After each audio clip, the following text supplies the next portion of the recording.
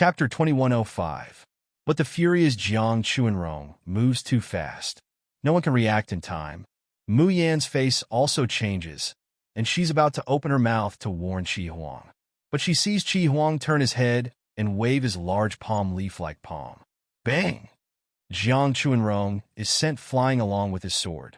Once again, he's slapped to the ground like a pancake. This time, he didn't even have the chance to scream. An ant dares to use a sword against this sage. Qi Huang snorts coldly.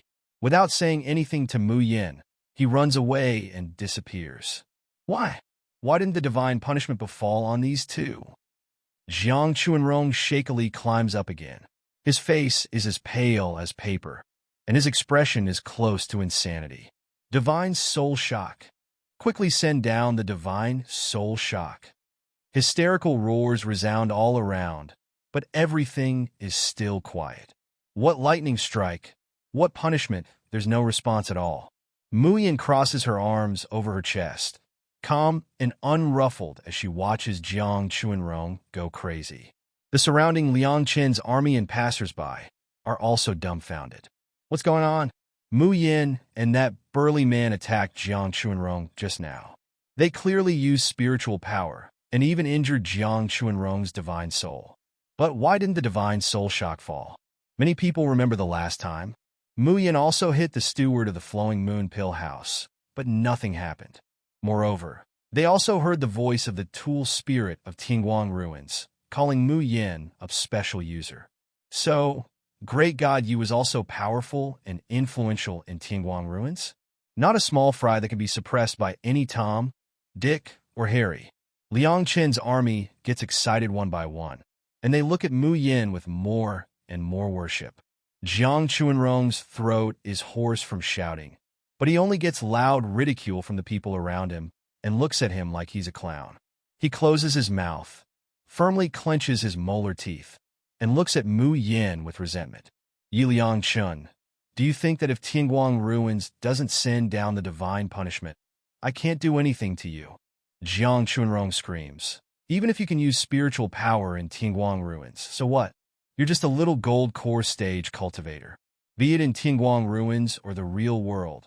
In my eyes, you are just like an ant that I can casually trample to death. Ha! Jiang Chuanrong's words caused the expressions of many people in Liang Qin's army to change. Most of the enforcers in the upper 3 districts of Tingguang Ruins were above the nascent soul realm. Most of them were leaving aperture realm cultivators. No matter how talented Yap Liangqin was, he was still very young. He was only at the golden core stage. If they really fought each other, how could they be a match for this group of scum? Do it. All of you attack. Jiang Chuanrong waved her hand fiercely at her subordinates. Beat this bitch until her soul scatters, and she will never be able to reincarnate. The black-robed law enforcers looked at each other. They were a little hesitant, but they still took out their special weapons in the end. A golden chain. Injecting spiritual energy could turn it into a sword that could cut through iron as if it were mud. Circulating spiritual energy could turn it into a shackle. Jiang Chuanrong, on the other hand, was holding a halberd in his hand. At this moment, he was filled with hatred to the point of insanity. He completely disregarded the fluctuations that might be caused by the surging spiritual energy in the Tingguang Ruins as he attacked Mu Yan with bloodshot eyes. Great God Yi, watch out. Almighty Yi, get out of the way. I'll block him for you. One by one, Liang Qin's army shouted and rushed over, wanting to block in front of Mu Yan. Their cultivation was higher than Mu Yan's. At this moment, they couldn't care less about the fact that they were in Tingguang Ruins. They only thought that the person they followed and supported must not be harmed. Chapter 2106. When Jiang Chuanrong gave the order to attack just now, Mind's expression didn't change. However, at this moment, he was astonished. All of you, get out of the way. You are not allowed to use your spiritual power. It wasn't that the rules of Tingguang Ruins had lost their effect. It was probably because little Tian was biased that it didn't work on her. However, once Liang Qin's army made a move, the consequences would be unimaginable. Mu Yan has never been so flustered before. Her body shot out like an arrow from a bow, quickly grabbing a few people and throwing them backwards. However, there were just too many of Liang Chen's soldiers rushing over to protect her. She couldn't stop them at all. In the air of the Middle Three region, a huge amount of spiritual power was surging crazily. The Liang Chen army had already conjured weapons in their hands, and they slashed towards Jiang Chuanrong and the others. In the sky, above the surging spiritual power, black clouds slowly condensed. Mine's pupils violently contract. She's shocked and regretful, but she's powerless. In the next moment, there was a loud bang. Cries of pain and moans came from the surroundings. Mine's hands are tightly clenched into fists, almost not daring to look at the miserable state of Liang Chen's army. "Ah!" Someone exclaimed. I'm fine. The lightning didn't strike me? How? How did the law enforcement officers get killed? Yeah, I'm sure I used my spiritual power just now. When the thunder fell, I thought I was done for. Mine abruptly comes back to her senses. Looking at the scene around her, she is also at a loss. Liang Chen's army was puzzled. They looked at each other and pinched each other. Then, they started laughing as if they had just survived a disaster. At their feet were Jiang Chuanrong and the enforcers. All of them were foaming at the mouth and convulsing. They looked extremely miserable. What was going on? The divine soul lightning strike landed on Jiang Chuanrong and the enforcer. Liang Chen's army is fine. Could it be that little Tian was helping her? But didn't little Tian say that it could only help within the loopholes of the rules?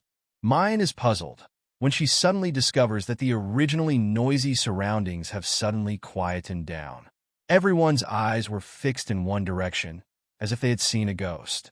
Before Mu Yin could react, she hears a familiar magnetic voice. "Mu Yin, are you hurt?" Mu Yin turns her head to look, only to see a man dressed in green slowly walking over. Her eyebrows were like a painting, clear like water, with a rosy appearance like the moon, and unparalleled elegance. It was as if the most beautiful words in the world were too vulgar when used on this person. Gasps and groans could be heard all around. Their knees went soft and they almost collapsed. There were also cries of anguish that came from their souls. Mu Yin, however, smiled. "Junior Marshal Uncle." Luo Yunxiao walked up to her and looked her up and down. "Are you all right?" Mu Yin shook her head, then looked at him suspiciously and said in a low voice, "Was it you who helped me just now, Junior Marshal Uncles?" Luo Yunxiao did not reply to her. Instead, she looked at Jiang Chuanrong and the others on the ground. A cold smile slowly appeared on her gentle, jade-like face. The next moment, little Tian's mechanical voice rang out in the Tianguang ruins. "Jiang Zhenhai, Jiang Chuanrong, enforcers Ding Mao, Zhang Guang, and Li Si. They abused their power, deceived their superiors, and illegally amassed wealth. Everything they did went against the rules of the enforcers of Tianguang ruins. I hereby announce the corresponding punishment for this group of people. Jiang Zhenhai, is fined 1 million high-grade crystals, removed from his position as a district administrator, and demoted to the lowest level user. Jiang Chuanrong, is removed from her position as an enforcer. She will be punished with a first-level divine soul lightning strike, and will be banished from Tianguang ruins forever, and is not allowed to enter again." Chapter 2107. Enforcers Ding Mao, Zhang Guang, Li Si help the evildoer. Their positions as enforcers will be revoked, and 10,000 popularity points will be deducted. If they commit the same offense again, they will be permanently banished from Tianguang ruins. As little Tian announced the punishments one by one, those who had just recovered from the divine soul electric shock turned pale again. It was fine to remove their positions as enforcers, but to deduct 10,000 popularity points, many of them would have negative popularity points. From then on, it would be difficult for them to do anything in Tianguang ruins. From a high and mighty high official to a lowly person who did not even have a jade key space. How could they accept such a drop? Jiang Chuanrong was even more dumbfounded.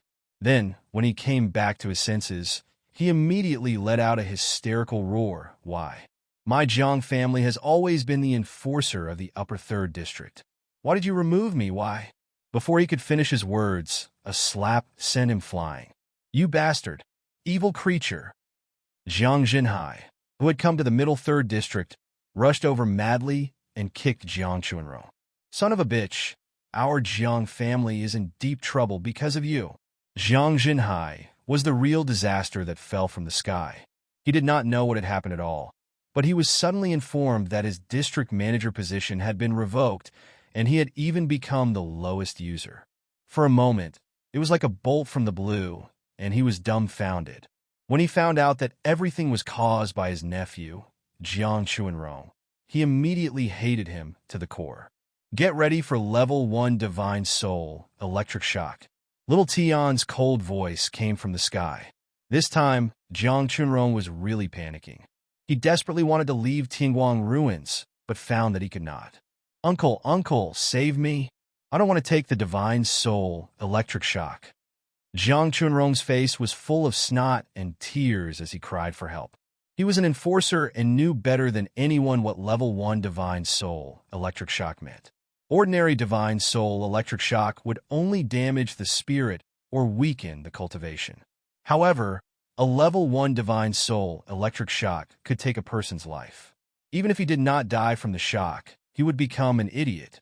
Jiang Chuanrong was an out-of-body stage cultivator. How could he become an idiot? Uncle, save me. I know I'm wrong. I won't mess with Yap Liangchen anymore. Forgive me. Forgive me. As an earth-shattering bolt of lightning fell, everyone present shuddered in unison.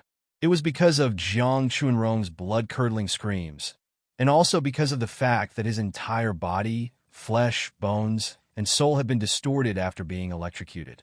Was this Tingguang Ruin's first-level divine spirit electric shock punishment? Even a cultivator at the Crossing Calamity stage wouldn't be able to endure such a horrible punishment, right? Such an outcome shocked everyone and made them realize that Yap Liangchen was special in the Tingguang Ruins.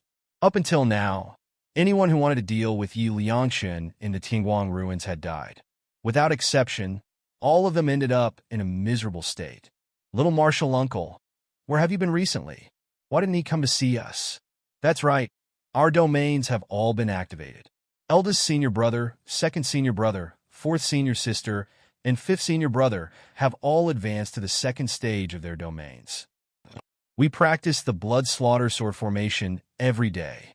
In the backyard of Laozi's #1 shop, the people of the Xiaoyao sect, who had hurriedly gone online, surrounded their little martial uncle and chattered nonstop. Luo Yunxiao's expression was still calm, without any fluctuations. Chapter 2108. But if you look carefully, you can still see that the indifferent face has a faint gentleness. Junior Master, we have opened all our domains. Even Instructor Mo praised us. Aren't you going to praise us? Luo Yu giggled. As for Instructor Mo's barely qualified, was that considered a compliment? Of course it was. Luo Yunxiao's gaze seems to sweep over Mayan. Her hands slowly clench, and without a trace, she loosens them. He picked up the peach blossom wine in front of him and took a sip. Then he said lightly, "Our strength has indeed improved." The 7 of them were so happy as if they had eaten honey. They were so happy that they wanted to spin in circles. Oh! Instructor Mo and Junior Master both praised them. They're so great. Just like what Bai Xie said, they must give themselves 32 likes. However, the next moment, Luo Yunxiao's words made everyone's cheeks stiffen. The blood-slaughtering sword array is not enough for your practice. He leisurely took out a jade slip and a pile of array boards and threw them in front of them. So, I have made a new practice plan for you. The 7 of them looked at each other. After a long while, they took the jade slip with trembling hands and immersed their divine sense into it. They almost fainted from the shock. The one who had the biggest reaction was Mu Yin, who had always been the most leisurely and indifferent. Junior Master, are you kidding? 360 sword energies of the blood-slaughtering sword array, and only dodging and resisting it without using spiritual power? Not to mention, there was also the spirit refinement of the raging flame array, the body forging of the ice array, the meridian refining of the extreme wood array. Every practice was as difficult as climbing up to the sky. It could peel off a layer of skin. Was this a practice that a normal person could complete? The practice of the others in the Xiao Yao sect was a little easier than Mu Yin, but it was definitely beyond the limits of the human body. Luo Yunxiao put the peach blossom wine aside and raised his hand. A guqin appeared in front of him. His slender hands gently plucked the strings. Unfortunately, what came out was not beautiful music, but a harsh noise. It's okay if you don't want to learn. Everyone was happy. Luo Yunxiao continued.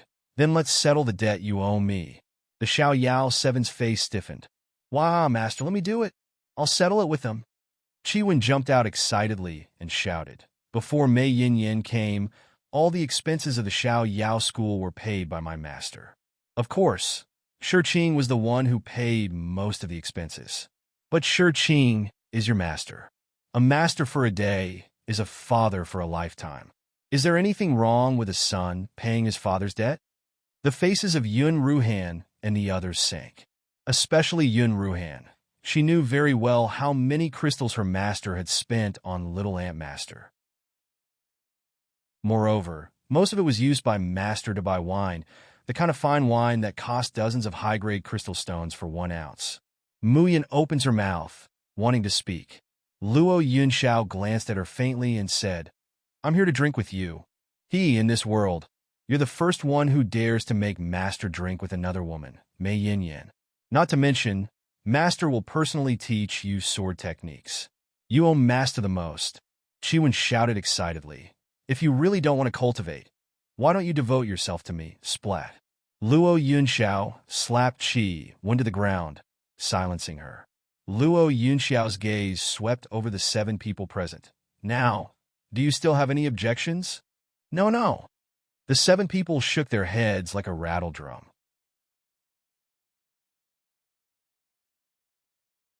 Chapter 2109. What a joke. They were all poor people. Moreover, he was a pauper who lived for the moment. The crystals he earned during the 3 Academy tournament had already been spent. Where would he find the crystal stones to return to youngest uncle? Luo Yunxiao takes a deep look at Mayan. She only says, I'll come back to check in a month. Then she leaves the Tianguang ruins. This time, Chiwen was not in a hurry to leave. Instead, she bites the hem of Mayan's skirt. Mei Yin Yin, don't blame Master for being cold and strict. He's doing this for your own good. Your future will only be idiot. Of course we understand that junior uncle is doing this for our own good. Mu Yin pinches Qi Wen's bulbous nose. Do you still need to remind us of this? Lung Yuma walked over and kicked Qi Wen's butt. What are you waiting for? Hurry up and serve little martial uncle. Luo Yu leaned on the window and shouted, Qi Wen, you must take good care of youngest martial uncle.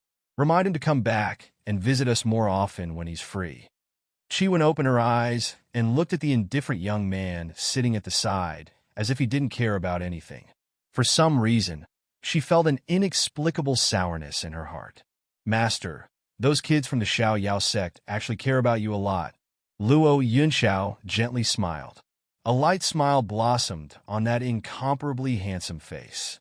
For a moment, even the surrounding lakes and mountains seemed to lose their color, leaving behind only this breathtaking beauty. However, when Chiwen saw that smile, she only felt endless desolation and loneliness. It was as if the world was covered by snow and ice, and the world was covered by an endless curtain of night. She could no longer see the flowers blooming in spring or the sun in the clear sky. It is precisely because of this that I should stay away from them just a little bit more. After Luo Yunxiao and Chiwen left, the people of the Xiaoyao sect also left the Tianguang ruins. Only Mu Yin stayed behind. She took out the Medicine Master token and the 4 glass beads, and inserted the glass beads into the 4 corners of the Medicine Master token. In the next moment, an ancient and deep voice resounded in his ears. The Medicine King token has been activated. Do you want to enter the inheritance space immediately? Mu Yan's heart flutters, and she quickly settles her mind to answer, yes. At the same time, in the Medicine King Hall of Xiuxing Continent, Han Chujiu was lying on the couch like a salted fish. Her cheeks were puffed up, and her face was full of despair. All of a sudden, The heaven void cauldron, which was stuffed with junk, began to buzz. Han Chujio suddenly jumped up from the couch and stared at the dazzling heavenly void cauldron. Her breathing got faster and faster. His precious disciple had finally arrived. As soon as Mayan's yes falls to the ground, she feels a blur in front of her eyes, her head heavy and her feet light. It was as if he was grabbed by a giant hand and thrown into the endless sea, rolling along with the waves. When she finally came back to her senses, she realized that she was in a messy hall. One could say that the main hall was shabby, but every beam and pillar was richly ornamented and resplendent. You could say that it was luxurious, but there was trash and waste paper everywhere. All sorts of pill furnaces were placed around the hall. However, these seemingly expensive pill furnaces were filled with paper balls and the skins of some unknown spirit fruits. This is the king of medicine's inheritance space? The corner of Mu Yan's mouth twitches. Isn't this a bit too much of a personality? So how is she going to obtain the inheritance of the king of herbs? Should I clean the room first? Or was he looking for a mechanism? Cough, cough. A deliberately suppressed cough interrupts Mayan's train of thought. Chapter 2110. She quickly turned her head and saw a gray-haired old man slowly coming out from behind the screen. The old man's figure is not tall. He is only a little taller than Mu Yan. His hair is as white as snow and is tied up with a jasper hairpin. His beard is also snow white, hanging down to his chest. While coughing, the old man stroked his beard, which makes him look like an immortal. But when Mu Yan looks at this old man, she always feels a strange sense of incongruity. After observing for a long time, she can see that the old man's eyes are too clear, too bright, and too round. In his mouth, although most of it is covered by his white beard, she can still vaguely see his pink lips. Presumptuous! A fierce and low voice came. Lower your head. Who allowed you to look directly at this master? This voice is mixed with a strong pressure, which made Mu Yan jump in fright. She quickly lowered her eyes and dared not to look at it again. But inside her heart, she became more and more curious. Are you the sacred ancestor medicine king? Of course. Han Chujio coldly snorted. Besides me, is there a second person in this world who can become a sacred ancestor level refiner? After boasting, Han Chujio said, Do you want to get this master's medicine king inheritance? Mu Yan nodded her head without hesitation. Then, you first refine a batch of elixirs for this master to see. Then, she casually waved her hand, and some common elixirs in the Xiojin continent piled up like a mountain in front of her. One of the alchemy furnaces filled with garbage also appeared in front of Mu Yan. When Han Chujio saw the garbage inside, she blushed and quickly waved her hand to clean up the garbage. Let's refine here. Mu Yan did not hesitate and quickly chose the elixirs to refine. She is still refining the barrier-breaking dam that she is best at. As the fire rises, the elixirs are slowly melted one by one. From time to time, Han Chujio's voice sounded in the main hall. Huh? What is this formula? Why haven't I seen it before? Gee, interesting, it can actually stimulate the potential and clear the mind. If you take it, it should help people to break through the bottleneck. You're quite an interesting lass. However, when Mu Yan controlled the fire and began to fuse the melted elixirs, Han Chujio, on the other hand, flew into a rage and shouted, What a waste of natural resources! What a waste of God's gifts! Such a good pill formula was actually refined with such a trashy method. Which idiot taught you this method of controlling fire and condensing pills? What an idiot! An idiot! An idiot! Mu Yan awkwardly stops what she's doing. She couldn't continue. If she continued, she was afraid that this king of medicine would be so angry that he would smash her head with an alchemy furnace. Han Chujio's eyes widened and roared. Tell me, which bastard taught you how to control the fire to refine dawn? This is killing a genius. I'm going to strangle this idiot to death. Mayan touches her nose and says awkwardly, No one taught me. I fumbled around on my own. In the Tian Emochin space, the basic compendium of alchemy and the intermediate compendium of alchemy teach relevant theories, but they don't actually teach her how to control fire or how to condense pills. In fact, this thing could not be taught with words alone. Therefore, Mayan used her divine sense to feel the changes of the elixirs inch by inch according to the pill recipe and the process of alchemy, and fumbled it out herself. This time, it was Han Chujio who was shocked. Fumbled it out herself?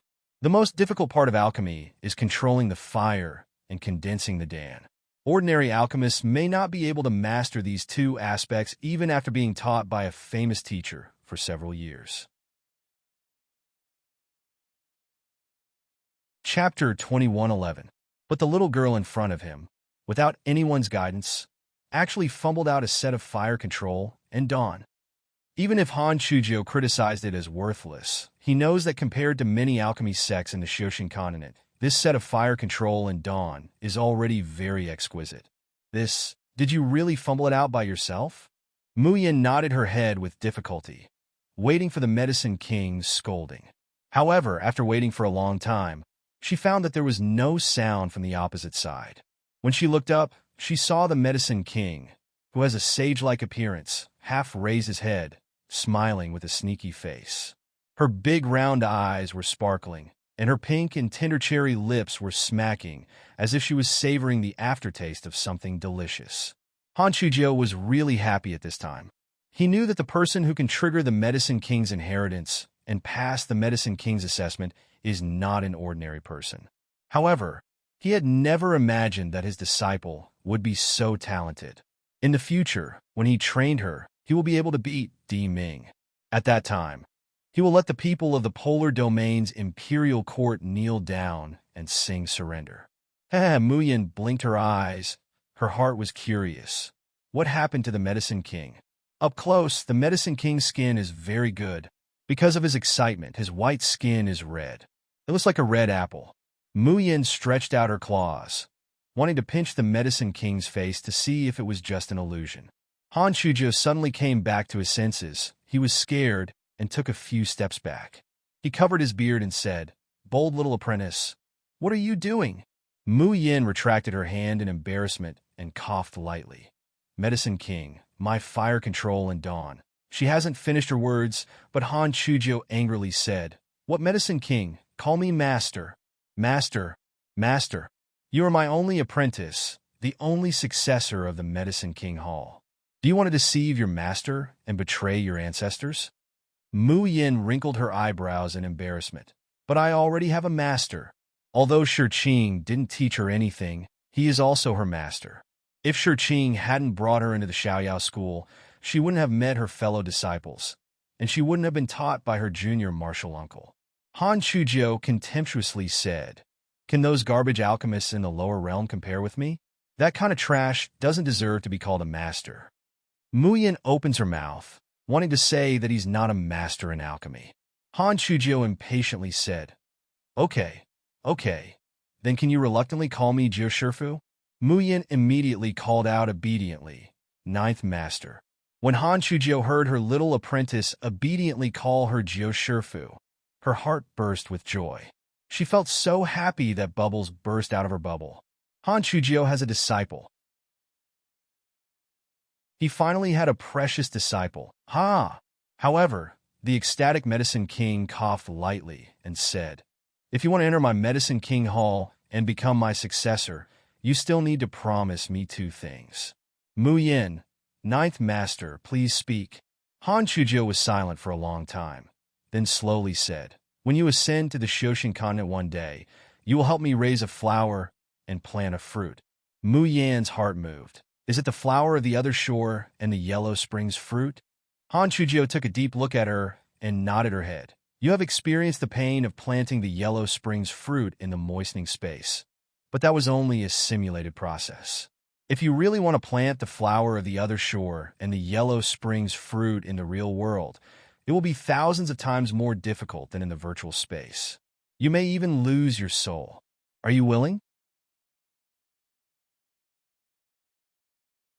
Chapter 21:12. Muyin nodded without hesitation. "I promise." Han Chujio was startled. "Don't you understand? It's very dangerous to plant the red spider lily. It's very dangerous. It's possible to die and never be reincarnated." Mu Yin curved up her lips and revealed a casual smile. In the long run, I want to learn your skills. How can I say it without paying a price? In the short run, you are my master. A teacher for a day is a father for life. It's only natural for me to help you. What's more, the so-called cultivator is stepping on the tip of a knife every day to become stronger. If I'm afraid of wolves in front of me and tigers behind me, I might as well stay at home and do embroidery. Although I don't know how to do embroidery. Mu Yin added a sentence in her heart. Han Chujio stared at the young girl in front of her. Then, her big round eyes got brighter and brighter and a little watery. Woo! His precious disciple was really too good. The best in the world. Mu Yin asked, Jiu Shifu? What's the second thing? Han Chujio returned to her senses and quickly stabilized her emotions. She continued to maintain her sage-like image. But when it came to the second thing, she gritted her teeth. After you ascend to the Xiaoxin continent, I want you to teach a lesson to a group of people. Those people bullied Master? Yes. Han Chujio clenched her fists in anger. They have been squeezing me, laughing at me, and bullying me for many years. When you are strong, you must avenge me and bully them back. Mu Yin, why is the legendary Xingzhu Medicine King completely different from what she imagined? What the hell is bullying them back? If they are enemies, shouldn't they be killed directly? When Han Chujio saw Mu Yan's expression, she thought she was worried that the other party was too strong and she can't win.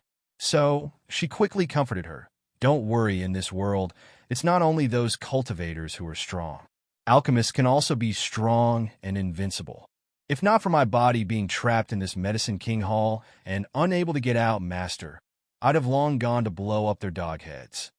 Mu Yin swallowed her saliva. Aren't alchemists purely non-combat cultivators? Are all alchemists in the Xiaoxin continent so strong? How can alchemists fight with people? Using medicinal pills to smash people to death? As for using poison, it was certainly possible to deal with the weak, but against the strong, you first had to have a way to use spiritual power to send the poison into the opponent's body. Otherwise, no matter how powerful the poison was, it would be useless.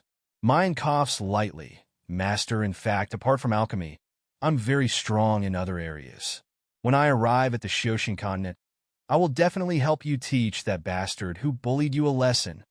Han Chujio looked at her little apprentice and showed a gratified smile. However, you can't let your guard down. Master's greatest enemy is extremely powerful, and even Master is afraid of him. Cough, cough. I can only barely fight him to a draw. If you want to defeat him, it's useless to just use those clumsy martial skills you learned in the cultivation continent. Mu Yan's heart shuddered, and she was somewhat eager to give it a try. I wonder who Ninth Master's enemy is? When she ascends to the Xiaoxin continent, she doesn't know if she can avenge her Ninth Master. Han Chujio imagined the scene of his precious apprentice beating Di Mingju. He laughed so much that his beard almost fell down. He hurriedly tried to save her, and then solemnly said, But with your current strength, let alone learning fighting skills, you can't even learn alchemy skills well. Chapter 2113. Next, you should go to the inheritance space and learn how to control fire. If you can't reach the level of controlling a level 1 Dan fire, don't even think about coming out. Mu Yin opened her mouth to speak, but Han Chujio had already waved her hand. Suddenly, a strong airflow hit her face. When Mu Yin opened her eyes, she was already in a small, closed room. In the four corners of the room, there is a dragon head. In the middle, there is a chessboard. The lines on the chessboard are crisscrossed, and in the four corners, there are 4 chess pieces. Black, white, red, and yellow. Mu Yin is feeling strange when she hears Han Chujio's voice coming from the void. Disciple, what you need to do is to use the flames spewed out from the 4 dragon heads to urge the 4 chess pieces to move. These 4 chess pieces are smelted with a special crystal stone. Only a unique spiritual fire can move them. But this kind of crystal stone is extremely fragile and sensitive. If the fire is not enough, the chess pieces will not move. If the fire is too strong, the chess pieces and the chessboard will be instantly burned to powder. What you need to do is to use the corresponding spiritual fire from the dragon heads to control the 4 chess pieces to the end. At that time, you will be able to master the primary fire control technique. At that time, you will be qualified to learn how to refine pills. Mu Yin is about to ask, when the 4 dragon heads suddenly spurred out 4 fierce flames at the same time. The temperature in the whole room suddenly rises. Mu Yin can't dodge in time and is directly burned by one of the flames. She groans in pain. Mu Yin calms down and quickly urges her spiritual power, trying to control the 4 flames. However, even if her divine sense is incomparably strong, she is still flustered. During this period, she was burned by the flames several times. With great difficulty, she finally controls the 4 flames. Mu Yin carefully separates a wisp and manipulates the 4 flames to drive the 4 chess pieces. Bean-sized beads of sweat roll down from her forehead, and the muscles of her whole body are tense to the extreme. However, as soon as the flames touch the chess pieces, there is a loud bang from below, and the chess pieces and the chessboard explode. The flames and the aftermath of the explosion overturn Mu Yin to the ground, and she directly spits out a mouthful of blood. She couldn't help but moan at the burning pain in her soul. In the room, the 4 pillars of fire continue to spit out, and the broken chessboard recondenses. Mu Yin slowly stands up and walks back to the chessboard. In the void, Han Chujia's spiritual sense explored the scene inside the hut, feeling quite proud. He, my good disciple, I was burned by the hidden dragon's 4 fires for 7 days and 7 nights before I grasped the elementary fire-controlling art. You have to work harder. Master will give you 10 days. If you still can't grasp the elementary fire manipulation art in 10 days, then Master will give you another chance. By the way, the most important thing now was not to watch his little disciple practice the fire manipulating technique, but to show off to those guys in the Divine Wind Palace. Han Chujio suddenly opened her eyes. Ignoring the exhaustion of her spirit, she immediately condensed a doppelganger and hurriedly flew toward the Divine Wind Palace. Teaching Mu Yin in the inheritance space, Han Chujio does not need to consume her divine soul. But in the inheritance space, there was no way to disguise his appearance. That was why he had first dragged him into the Mustard Seed Medicine King Hall that the Heaven Void Cauldron had transformed into. Han Chujio couldn't imagine what kind of expression her precious disciple will have when he sees the legendary King of Medicine as a teenager. Would his precious disciple laugh at him? No. Absolutely not.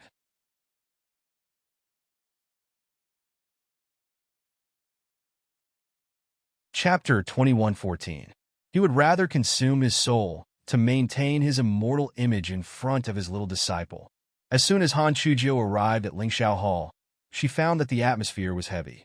A person knelt on the ground and bowed to Di Mingju, who was sitting at the head of the table. Reporting to Jun Shang, Lingxi Valley sent a message asking for help, saying that the enchantment at the back of their mountain is unstable and the poltergeist ghosts have invaded. Lingxi Valley has already lost many immortals and will soon be unable to resist. Requesting help from all sides. Di Mingju slightly frowned and did not answer. Someone below sneered. Lingxi Valley is asking us for help? Did I hear it wrong? Didn't the Valley Master of Lingxi Valley say that the polar domain is nothing and that they will never surrender to us? That old woman even shamelessly insulted Di Jun. Now she actually came to ask us for help. Does she still have any face? Jun Shang. This subordinate doesn't think it's appropriate to rescue them this time. An old man bowed and said, the enchantment at the northern frontier of the polar domain has just stabilized. The Xian and Yu tribes have suffered some damage. If it weren't for the Medicine King's antidote, I'm afraid the consequences would be unimaginable. Yes, Jun Shang. Another person also said, this subordinate heard that the enchantment of Lingxi Valley did not open naturally, but because they had a plan and deliberately opened it. I didn't expect that it would become unstable and the poltergeist ghosts would invade. The number of poltergeist ghosts invading the back of Lingxi Valley is far more than our polar domain. Once the poltergeist ghosts form a group, even with the Medicine Kings, heaven detoxification pill, I'm afraid it will not bode well. Our polar domain and Lingxi Valley are neither relatives nor friends. We even have enmity. We really don't need to get involved in these muddy waters. Hee, the netherworld is closer to Lingxi Valley. That old woman of Lingxi Valley often fawns over Wuji, but this time when Lingxi Valley is in trouble, does the netherworld have any reaction? Mingju quietly listened to the people below. After a long time, he coldly said, "The polar domain will not send troops to help Lingxi Valley." Hearing Mingju's decision, the people below immediately showed a relieved expression. But the next moment, they heard Mingju slowly said, "All of you stay to guard the Imperial City and the northern frontier. Jun will go to Lingxi Valley myself." Everyone was startled at first, then immediately exploded. "My lord, you must not do that. How can you risk your life for a mere spirit rhinoceros valley? If Jun Shang wants you to go, we might as well send troops to help." Mingju's fierce gaze sweeps over everyone present, his pupils cold and heavy, his expression disdainful, as if he's the god of the ninth heaven. Jun has already decided. You don't need to say anything more. Could you come with me? The man standing to the left of Mingju silently bows. "As you bid, Jun Shang." My lord, you can't take the risk. My lord, let this subordinate accompany you." In the twinkling of an eye, Mingju arrives outside the hall. With a wave of his hand, the door behind him closes. Those complicated sounds were also shut behind the door. His eyes swept around and saw Han Chujio, who was standing on the side. He coldly said, "Medicine King, is there something?" Han Chujio stared at him blankly. For a moment, she forgot what she came here for. She muttered, "You little demon, do you know how terrible it is when the poltergeist ghosts form a group and surround us? If you can't kill them all in a short period of time, they will continue to regenerate, and the poltergeist ghosts in the enchantment will continue to pour out. But you can't touch them in the slightest. You have to constantly consume your divine power to kill them. Even if you have more divine power, it's not enough for such a bottomless pit."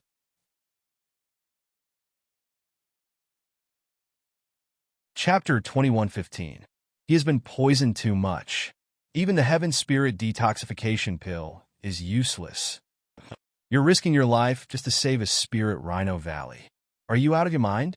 With an expressionless face, Mingju listens to him call him a brat, and hears him say that his brain is broken. It was only after he finished nagging that he sneered, "If the skin doesn't exist, how can the hair attach itself to it? Of course, I can choose not to help Spirit Rhino Valley, but if no one goes to help with the ravaging poltergeist ghosts, who on the Shoshin continent would be spared?" Jun is still waiting. Jun is still waiting for Yin Yin and Xiao Bao to come to the Shoshin continent. How could he allow Yin Yin to cultivate diligently in the future and ascend to this place, wanting to be with him forever, only to see a world riddled with holes? Han Chujio said with disappointment. "Then, you can bring your shrimp soldiers and crab generals with you. Too many people will naturally exhaust the poltergeist to death. You don't use the people under you and take the risk alone. Are you stupid or just stupid?" Back then, this kid seemed to be smart and ruthless. Why did he become stupid after becoming the polar domain's sovereign emperor? Mingju calmly looks at him, the corner of his mouth slowly hooking up into a mocking smile. "Who told the Medicine King's Heaven Spirit detoxification pill to only cure the symptoms of the cockroach poison? It couldn't save the true life. Without the antidote for the nightmare poison, you brought people to the Spirit Rhino Valley to rescue them. Do you think that the lives of our polar domain soldiers are worthless?" After that, Xiao Tianyao didn't wait for Han Chujio to react. His figure disappeared without a trace. Han Chujio stood in the same place for a long time. Then, he finally made an earth-shattering roar. "Mingju, you bastard, you really aren't a good thing. You actually dare to mock this old man's medicinal pill. Just you wait. This old man will develop an antidote to the pie poison and smash it on your face. When this old man's precious disciple comes up, this old man will definitely let him beat you into a pig's head." Han Chujio stormed back to the Medicine King Hall, and directly entered the inheritance space. He was about to go crazy. He must supervise his little disciple to immediately, and rapidly grow stronger. Grasping the fire manipulation art in 10 days? No, too slow. 7 days? No, he needed 6 days to master the fire manipulation art. However, as soon as Han Chujio entered the inheritance space, she scanned with her spiritual sense. But she was so shocked that she almost fell into the room. How could this be? Of the 4 chess pieces, 3 had already reached the end, and the last one, under mind's control, is getting closer and closer to the finish line. Han Chujio stared at the hourglass in the inheritance space. The flow of time in the inheritance space was much slower than in the real world. A day here was equivalent to 2 hours outside. Looking at the hourglass, it was clear that only 3 days had passed. He learned the fire manipulation art in 3 days. How was this possible? The last chess piece slowly reached the end.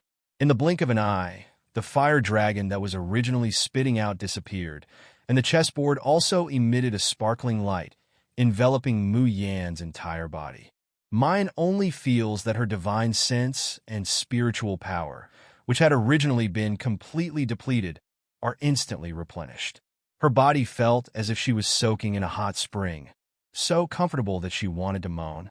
Ninth Master, Mu Yan beamed with joy. This method of controlling fire that you taught me is really too powerful. I feel that my control over the pill fire has increased by more than 3 times compared to before. In the past, she could only refine 10 barrier-breaking pills in 1 furnace. If she were to refine again now, 1 furnace would absolutely surpass 30 pills. Mu Yan moved her sore arm, sighing.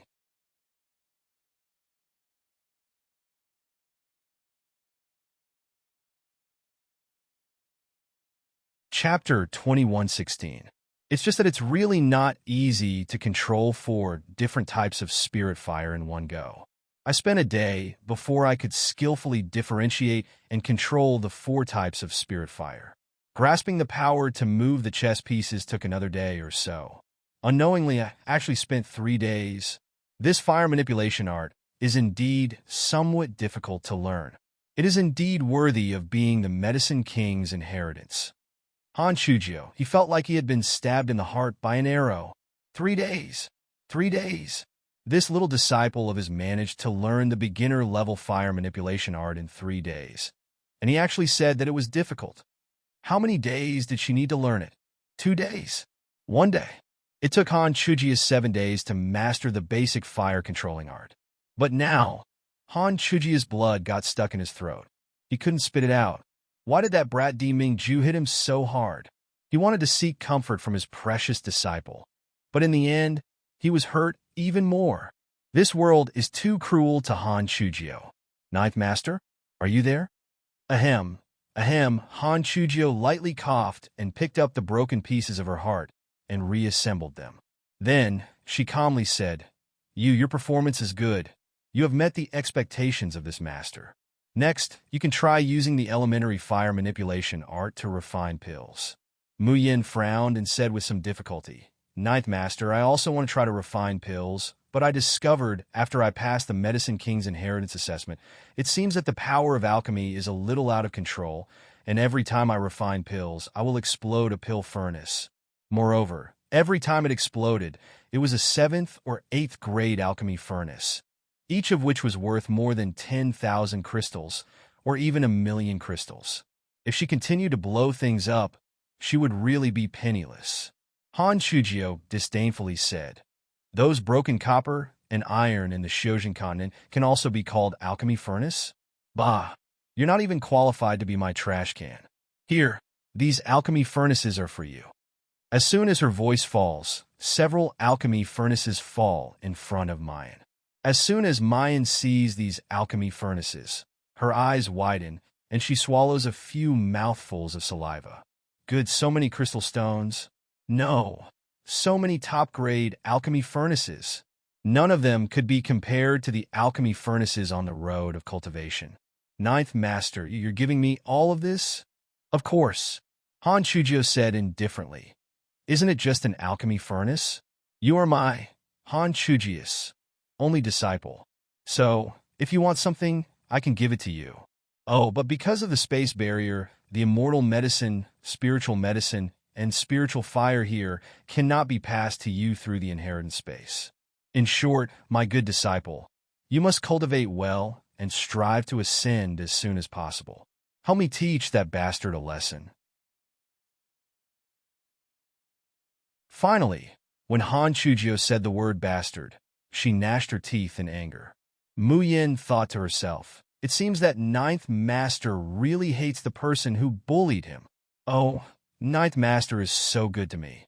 When I ascend, I must avenge him. He would ruthlessly bully those who bullied him. Han Chujio added, during this time, this master wants to study and refine a kind of pill. I have no time to teach you. You should practice by yourself.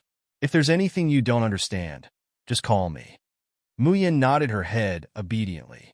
After confirming that Han Chujia's soul has disappeared, she left the inheritance space. When she opened her eyes again, she didn't return to Tianguang ruins. Instead, she went straight back to the Tian Mo Qin space. In the future, if she wants to enter the inheritance space, she doesn't need to go through Tianguang ruins. She only needs to hold the Medicine King's token and activate it with her divine sense.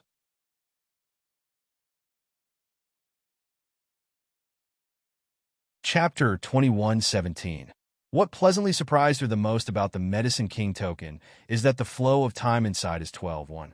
Staying in the inheritance space for a day is equivalent to only 1 hour outside. For her alchemy cultivation, it's really a godly weapon. Mine opens her eyes and looks at the 4 dazzling alchemy furnaces that came back with her. She's practically blooming with joy. Oh, it's really great to have a master. She can finally earn Jingshi through alchemy. She finally doesn't have to be a pauper anymore. Dingwa Manor. A wisp of green aura slowly flows into Chu Xinyan's body through a strange talisman array. The originally wrinkled skin on Chu Xinyan's neck slowly becomes smooth and compact. The originally gentle and refined face also becomes more graceful and luxurious, full of vitality. The green aura slowly dissipates, and Chu Xinyan shows an intoxicated expression. He glances at the person opposite him, greed and unwillingness flitting through his eyes. He sees that Chu Tianyu, who is sitting not far away, has a deathly pale complexion, and there are strands of white hair on his temples. He's clearly less than 30 years old, but at this moment, he looks like he's aged 10 or 20 years. Fine wrinkles crawl up the corners of his eyes. His skin is even more deathly pale. His cheeks are sunken, and he's emaciated. It's like someone has suddenly drained him of his flesh and vitality. There's a thread stuck in his chest, and the other end of the thread is connected to that strange talisman array. And the vitality that is channeled into Chu Xinyan's body is extracted from Chu Tianyu's body through this thread. Vitality is a combination of flesh and blood, vitality, soul, and spiritual power. Such a precious vitality is extracted little by little, and in an instant, his hair turns white. This kind of pain and despair is by no means what ordinary people can imagine. Chu Tianyu's body trembles violently, dark red instant noodles spilling from the corners of his mouth. The rise and fall of his chest and the fluctuations of spiritual power around his body are getting weaker and weaker. Chu Xinyan frowns regretfully. It seems that he can't extract any more vitality, otherwise Chu Tianyu will immediately run out of oil and die. He takes off his gloves and looks at his smooth and powerful hands, his eyes filled with fascination. It feels so good to be able to seize other people's vitality and increase his own lifespan. Unfortunately, the demonic cultivator array that he obtained can only be used on people who are directly related to him by blood. Otherwise, his body would explode and he would die because of the incompatibility between his spiritual energy and blood. Over the years, Chu Xinyan had married and snatched women with good aptitudes one after another. Let them give birth to their own bloodline. Whether it was a man or a woman, as long as they were raised to the gold core stage, their vitality would be sucked clean. However, as his lifespan passed the end of the tribulation stage, his fertility was getting worse and worse. He had defiled hundreds of women without being able to get them pregnant. In the 20 years after Chu Tianyu was born, he had only given birth to a child by a woman. That child, on the other hand, was only 5 years old and was still far from reaching the Golden Core realm. Chu Xinyan looked down at Chu Tianyu, who was convulsing in pain and coughing up blood from time to time. He laughed lightly and said, "Your father doesn't want to treat you like this. Right now, you are my only son, but you really disappoint me. How is it? Have you thought it through? Are you willing to tell us Yi Liangshan's real identity?"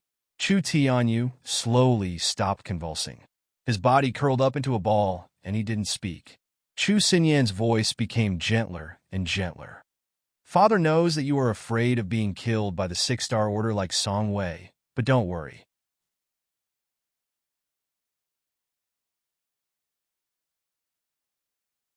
Chapter 2118. Song Wei. I wasn't prepared and was caught off guard. That's why I couldn't save Song Wei. Furthermore, Song Wei is just one of my lackeys. He can't be compared to you. As long as you are willing to tell me, I promise to protect you." Chu Tianyu slowly raised his head and looked at Chu Xinyan. His voice was weak and hoarse. "I can tell you Yi Liangshan's identity, but I want to see my mother first." Chu Xinyan frowned. "Tell me Yi Liangshan's identity first, then I will let you see your mother." Chu Tianyu gritted his teeth and revealed a stubborn and pleading expression. "If I reveal Yi Liangshan's identity, I might be killed by the six-star order.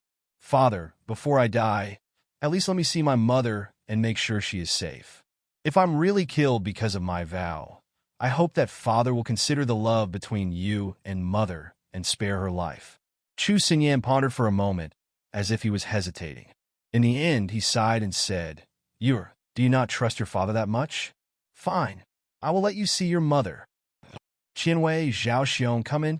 Just as Chu Xinyan finished speaking, two out-of-body stage cultivators pushed open the door and respectfully bowed to Chu Xinyan. "Bring the prince to see the madam."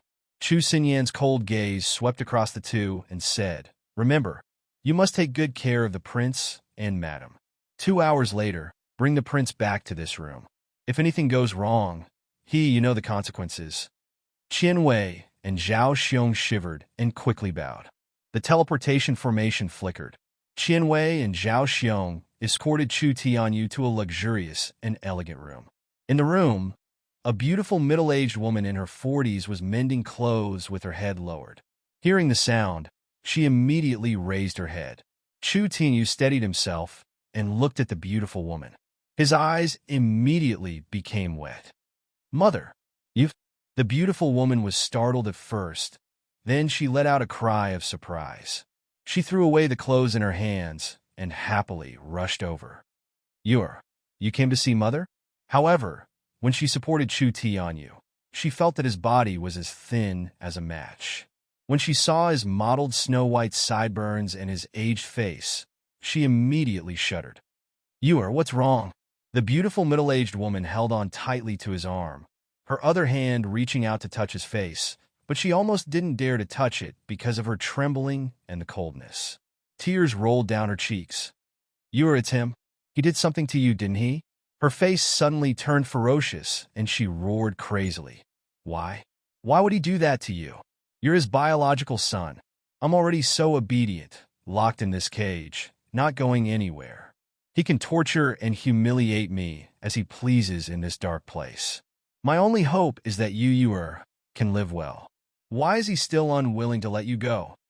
Chu Tianyu felt as if his heart was about to explode. In the past, whenever he had come to this private room to see his mother, she had always behaved in a serene and elegant manner. He seemed to be very satisfied with this kind of life. But that was not the case. His mother endured all of this and showed a serene and peaceful smile. It was all for him, to make him feel at ease. Chu Tianyu couldn't bear it anymore. He suddenly reached out and pulled the beautiful middle-aged woman into his embrace.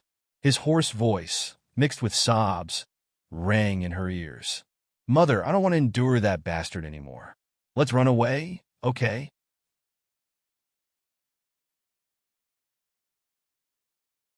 Chapter 2119. The beautiful middle-aged woman stiffened, her pupils shrank, and her lips parted, as if she wanted to say something. Chu Tianyu glanced at Zhao Xiong and Qian Wei on the side, and used an even lower voice to transmit his voice. Mother, don't talk. Those two people were sent by Father to monitor me. We must not let them see anything strange. In a while, you will greet me as usual, and do everything according to my instructions. The beautiful middle-aged woman's face was full of horror. But when she heard her son's hoarse voice, filled with despair and pleading, saying, Mother, I want to leave that bastard and live a new life with you, the fear in her eyes immediately turned into the tenacity of a mother. Zhao Xiong and Qian Wei suspiciously glanced over, concentrating their spiritual energy on their ears. Chu Tianyu immediately smiled. Mother, what are you talking about? How come I don't understand? I'm just too tired recently, so I'm a little tired. But Father gave me a lot of elixirs. I believe I can recover after taking them. As he spoke, he glanced at the clothes that the beautiful middle-aged woman had just thrown away. Mother, are those clothes made for me? Yes, yes. Look at me. I'm too happy to see you. So I'm confused, so I'm incoherent. The beautiful woman's face revealed a flawless smile. Pulling Chu Tianyu to the bedside. This is the new clothes that Mother made for you. Quickly try it on. If it doesn't fit, Mother will change it for you. Her appearance was very much like a mother who finally saw her son after a long separation. In her eyes, there was only whether her son was warm or not, whether he was full or not, and everything else was thrown to the back of her mind. Zhao Xiong and Qian Wei relaxed, casually standing to the side. Looking at the mother and son, their eyes were full of contempt. Even if it's the Marquis's wife, so what? It's only on the surface. In fact, it's worse than them, the Marquis's men. But this Marquis's wife, although over 40 years old, because she's a cultivator, she still has tender skin and charm.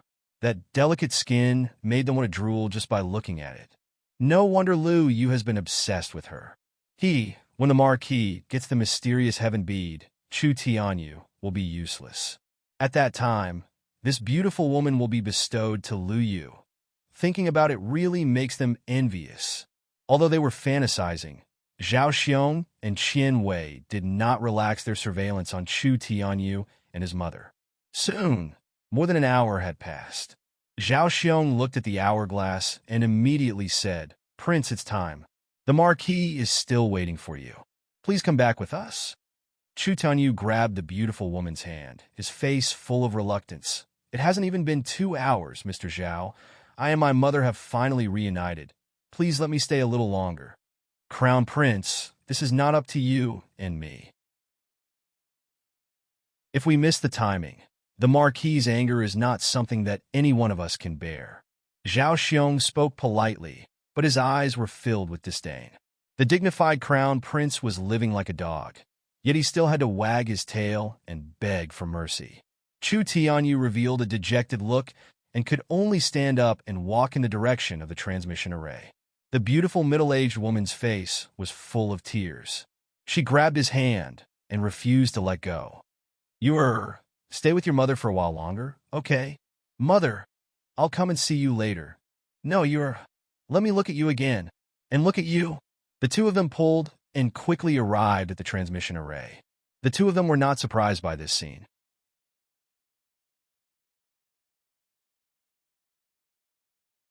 Chapter 2120. On the other hand, the middle-aged, beautiful woman's tearful appearance made them lick their lips, revealing a greedy and longing expression. Madam, the Marquis is still waiting for the prince. Please let go.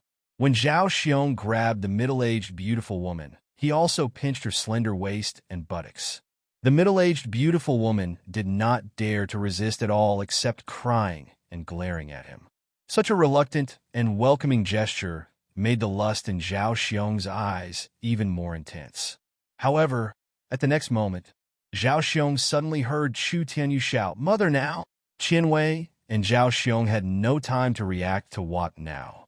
Zhao Xiong felt his waist being stabbed by something, and then his whole body was pushed out. The person who stabbed him was the beautiful woman he thought had no resistance. She only used an ordinary hairpin that had no spiritual power at all. Zhao Xiong pulled out the hairpin, furious, and was about to turn around and slap the woman. Qian Wei shouted in horror. Not good. They're going to run. Zhao Xiong suddenly turned around and saw that the stack of talismans in Chu Tianyu's hand had just burned out, and the teleportation array below that should not have been activated without them lit up with a dazzling light. Chu Tianyu pulled the middle-aged beautiful woman into the teleportation array. Their figures slowly distorted in the teleportation array, faintly discernible. Zhao Xiong and Qian Wei felt their scalps go numb when they saw this scene. Because from the strong fluctuations of this teleportation array, they sensed that this was not teleportation to the Marquis's mansion at all. The intensity of the teleportation array was definitely much farther. And once Chu Tianyu and the beautiful woman were teleported away, Chu Tianyu would destroy the other side's array. They would be like fish in the sea, nowhere to be found. The two of them almost simultaneously remembered Chu Xinyan's warning when they escorted Chu Tianyu. Chu Tianyu had not yet revealed Yi Lianchen's identity. If they escaped like this, they would live a life worse than death, 100 times more miserable than Chu Tianyu's. Zhao Xiong's eyes flashed fiercely, and he shouted, "Let's chase." He rushed into the teleportation array that was still flashing like lightning. Qian Wei hesitated for a moment. If Chu Tianyu destroyed the array during the teleportation, they would die without a burial place. But when he thought of Chu Xinyan's punishment, he gritted his teeth and followed. Dragon Soaring Academy, Tianlang Palace. Mu Yin comes out of the inheritance space and gives a good stretch. She glanced at Xiao Bao, who was sleeping soundly on the bed, and lowered her head to kiss his rosy cheeks. Only then did she turn around and leave the room. Little junior sister, it's so late. Why haven't you slept?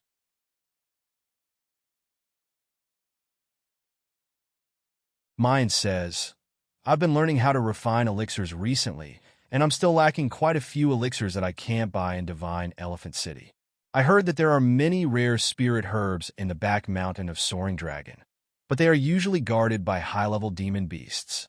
That's why I'm planning to collect some overnight. These days, Muyin is like a spinning top, so busy that she's going crazy. Every day, little martial uncle would assign him tasks to practice his swordsmanship. He also had to listen to the lectures of some high-level cultivators at the Deer Cry banquet. He also had to complete the alchemy task assigned by his 9th master in the inheritance space. He really wished that he could turn 2 hours into 100 hours every day. However, the improvement was also significant. Currently, Mu Yin can already restrain her spiritual power within the blood-slaughtering sword array, and only rely on her sword intent to fight. Her heart of the sword had also become more and more solid from its original illusory state. As for the level of alchemy, it was even more so.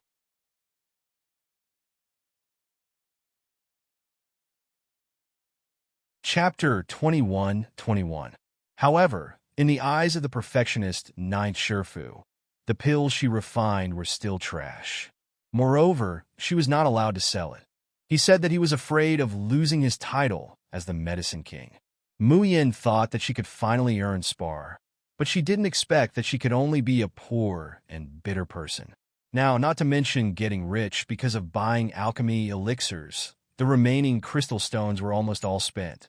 Hence, the reason why they went into the mountains to pick herbs wasn't just because these rare spiritual herbs couldn't be bought in Divine Elephant City. More importantly, she was too poor to afford it. Mu Yin casually threw a few bottles of pills to Yun Ruhan. Yun Ruhan was already used to their junior sister throwing a bunch of priceless pills at them anytime and anywhere. Now, if anyone from the Xiaoyao sect took out a bunch of medicinal pills from their storage space, they would definitely be killed. It could definitely scare people to death. They had so many yuan strengthening pills that cost tens of thousands of crystals that they played with them like marbles and ate them like candy. Not to mention the priceless Ji Yuan Dan. There was also the legendary bottleneck-breaking pill that others had never seen before. Over here, they were all picky, deciding which pill to eat first based on its shape and luster. As for pill toxins, don't joke around. Not to mention that Mu Yin can refine a lot of high-grade water element pills. Just by relying on the Shun musician's skill, mist dispersing clouds. He can directly remove the pill poison without any side effects. Yun Ruhan doesn't feel any psychological burden as he accepts the elixir that Mu Yin threw to him. He warmly says, "Thank you." Mu Yin asks curiously, "It's already so late. Why hasn't eldest senior brother rested yet?" Yun Ruhan looked at the night sky and frowned slightly.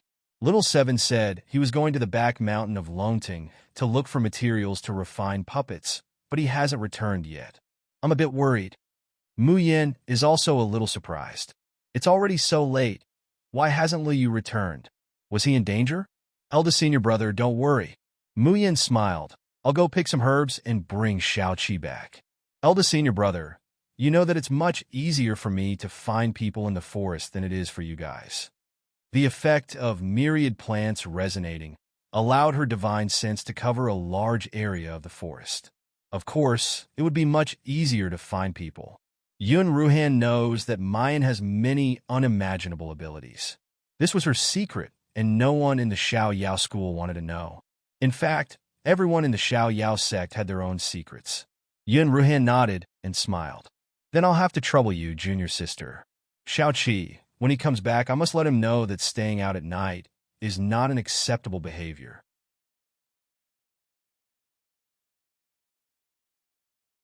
Mu Yin looks up to see Yun Ruhan's kind smile, but she shudders. He silently mourned for Luo Yu 100 times in his heart. In the Carefree sect, everyone knew that no matter who they provoked, they couldn't afford to provoke eldest brother. Otherwise, they would die miserably. Purple Cloud World, at the bottom of a remote valley behind Long Tongue Mountain. It was late at night, and this place was so quiet that even birds and beasts rarely set foot here. But at this moment, a white light suddenly shone. Chu Tianyu and the beautiful woman supported each other as they stumbled onto the grass. The dizziness and the impact of the spiritual energy caused by the teleportation array caused their faces to turn pale and their stomachs to churn. But Chu Tianyu didn't even have time to catch his breath. He immediately took out the scarlet flame sword and fiercely chopped at the ground where the formation was constructed. However, he was still a step too late. Just as the sword Qi touched the grass, there was another flash of light. Zhao Xiong's figure staggered out. However, when Zhao Xiong came out, the sword Qi had already cut through the teleportation array. The teleportation array twisted and fluctuated like a sharp blade, fiercely cutting Zhao Xiong's body.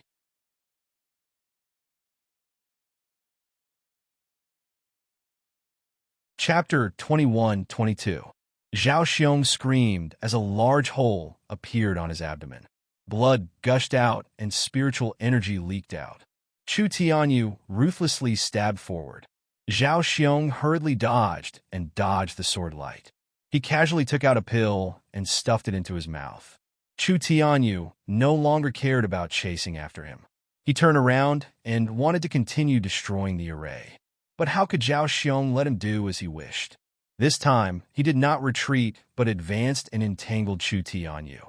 At this time, Qian Wei's figure was faintly discernible on the teleportation array. Even though he was covered in cuts and bruises from the distorted teleportation array, he obviously would not die.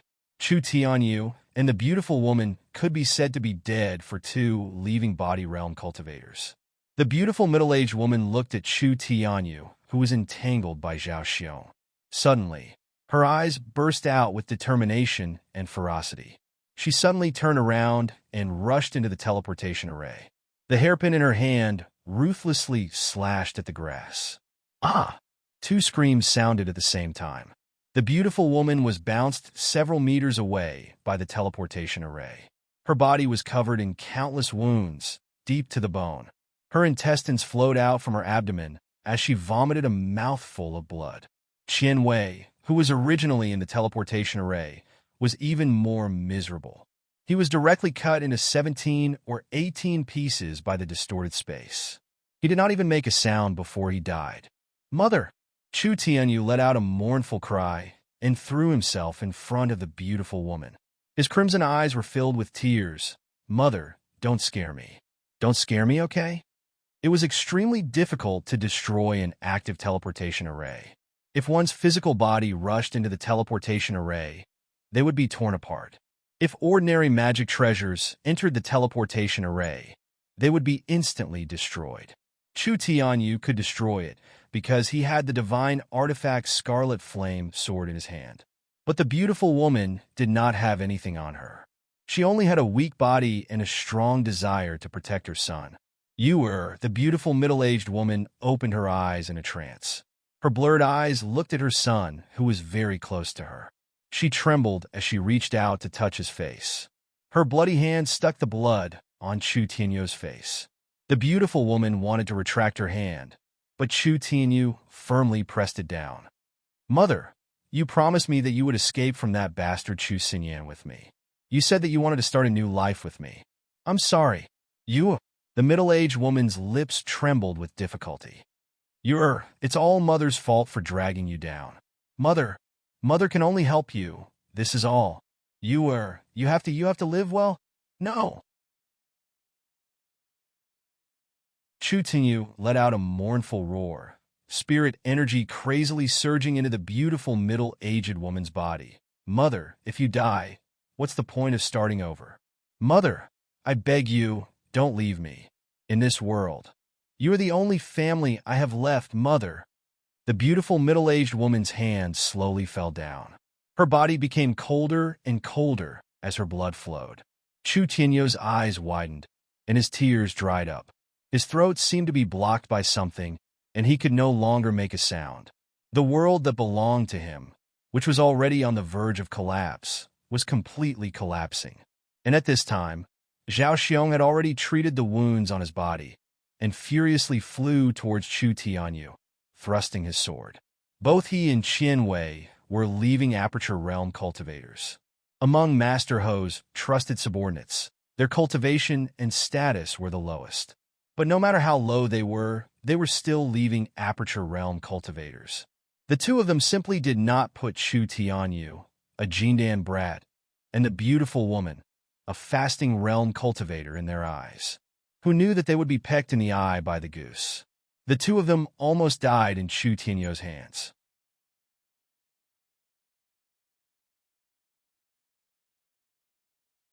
Chapter 21-23. Qian Wei had been torn to shreds by the teleportation array. How could he not fly into a rage out of embarrassment? Even if he had to risk being punished by the Marquis, he had to break this little bastard's bones and let him have a taste of life worse than death. Then he would take him back. Zhao Xiong's sword was about to pierce through Chu Tianyu's body. Suddenly, a streak of white light flew in from the side. The white silk wrapped around Zhao Xiong's sword like a snake and pushed it away at the critical moment. The other figure grabbed Chu Tianyu and the beautiful middle-aged woman and rolled to the side, finally avoiding Zhao Xiong's sword light. "Boss, are you okay?" In his daze, Chu Tianyu heard a familiar voice. He looked up absent-mindedly and found Murong Shui looking at him with concern. On her snow-white clothes, there was a ghastly wound across her shoulder. It was the wound Zhao Xiong had just inflicted.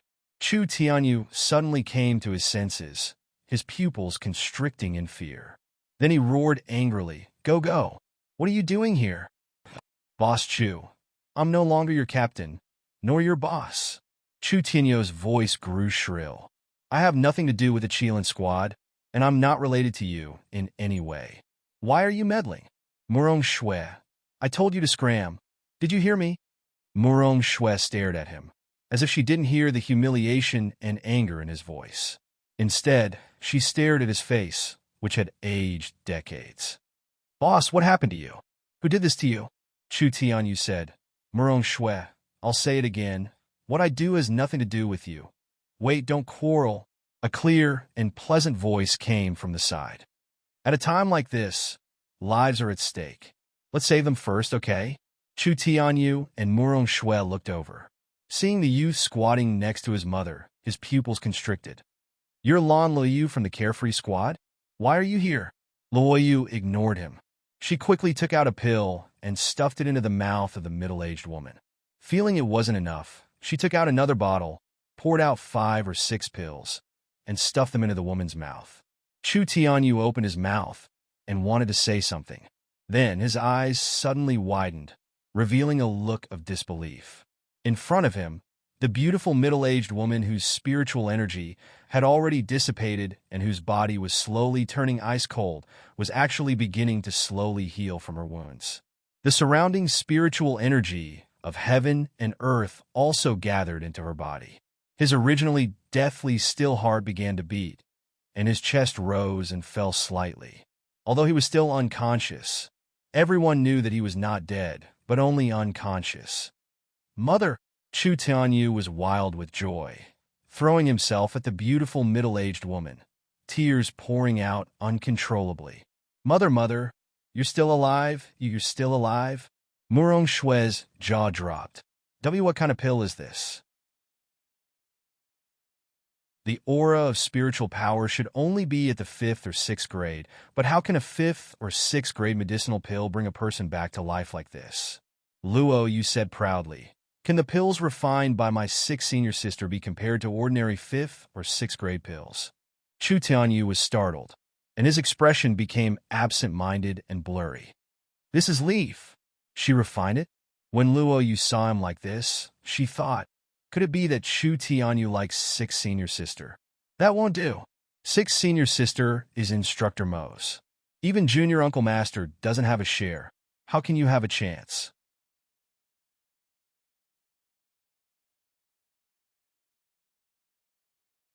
Chapter 21-24. Huh? That's not right. Why did I say, even youngest martial uncle won't get a share? Luo Yu was in a dilemma when her expression suddenly changed. A huge puppet was released and blocked in front of her. He grabbed Murong Shue and the unconscious woman and rolled backwards. With a loud bang, the huge puppet, which was comparable to the early stage of the Gold Core stage, did not even have the slightest chance to resist. It exploded with a loud bang and shattered into pieces. Luo Yu did not even have the time to retract her divine sense from the puppet. His face turned pale, and he spat out a mouthful of blood.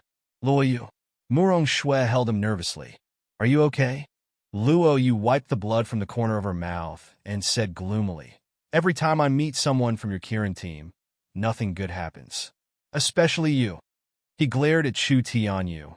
You even shamelessly pretended to be my 6th senior sister. And now you even implicated me. If it wasn't for this woman protecting the black jade lotus for me, I wouldn't care about your lives. Luo Yu felt that she was very unlucky. He had come to the mountain in the afternoon to collect information on the puppets, and it was almost over. In the end, he happened to see a black jade lotus growing on a cliff. Luo Yu knows that this black jade lotus is priceless. Moreover, it is an elixir that Mayan urgently needs for alchemy. However, the cliff was extremely steep, and the black jade lotus was extremely fragile. If the spiritual energy fluctuation was just a little bit stronger, it would immediately wither. Luo Yu didn't dare to use sword kinesis flight at all. She wasted a few small puppets and still didn't succeed in plucking it. Just as he was about to give up, Murong Shue happened to pass by.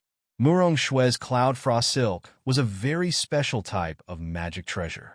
Although the attack power was not strong, after pouring spiritual power into it, it could silently attack without causing any spiritual power fluctuations. In the end, Murong Shue obtained the black jade lotus for him, but she pestered Luo Yu to accompany her in hunting demonic beasts. Since Luo Yu was indebted to him, she could not bear to give up on the black jade lotus, so she could only agree.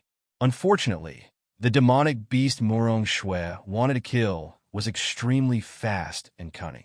The two of them chased him through the forest until midnight before they finally caught him. Luo Yu was just about to part ways with Murong Shue when she bumped into Chu Tianyu and Zhao Xiong, a leaving Aperture Realm cultivator. Even if the three of them tied together, they were absolutely not Zhao Xiong's match. Take my mother away. I'll stop him. Chu Tianyu made a prompt decision.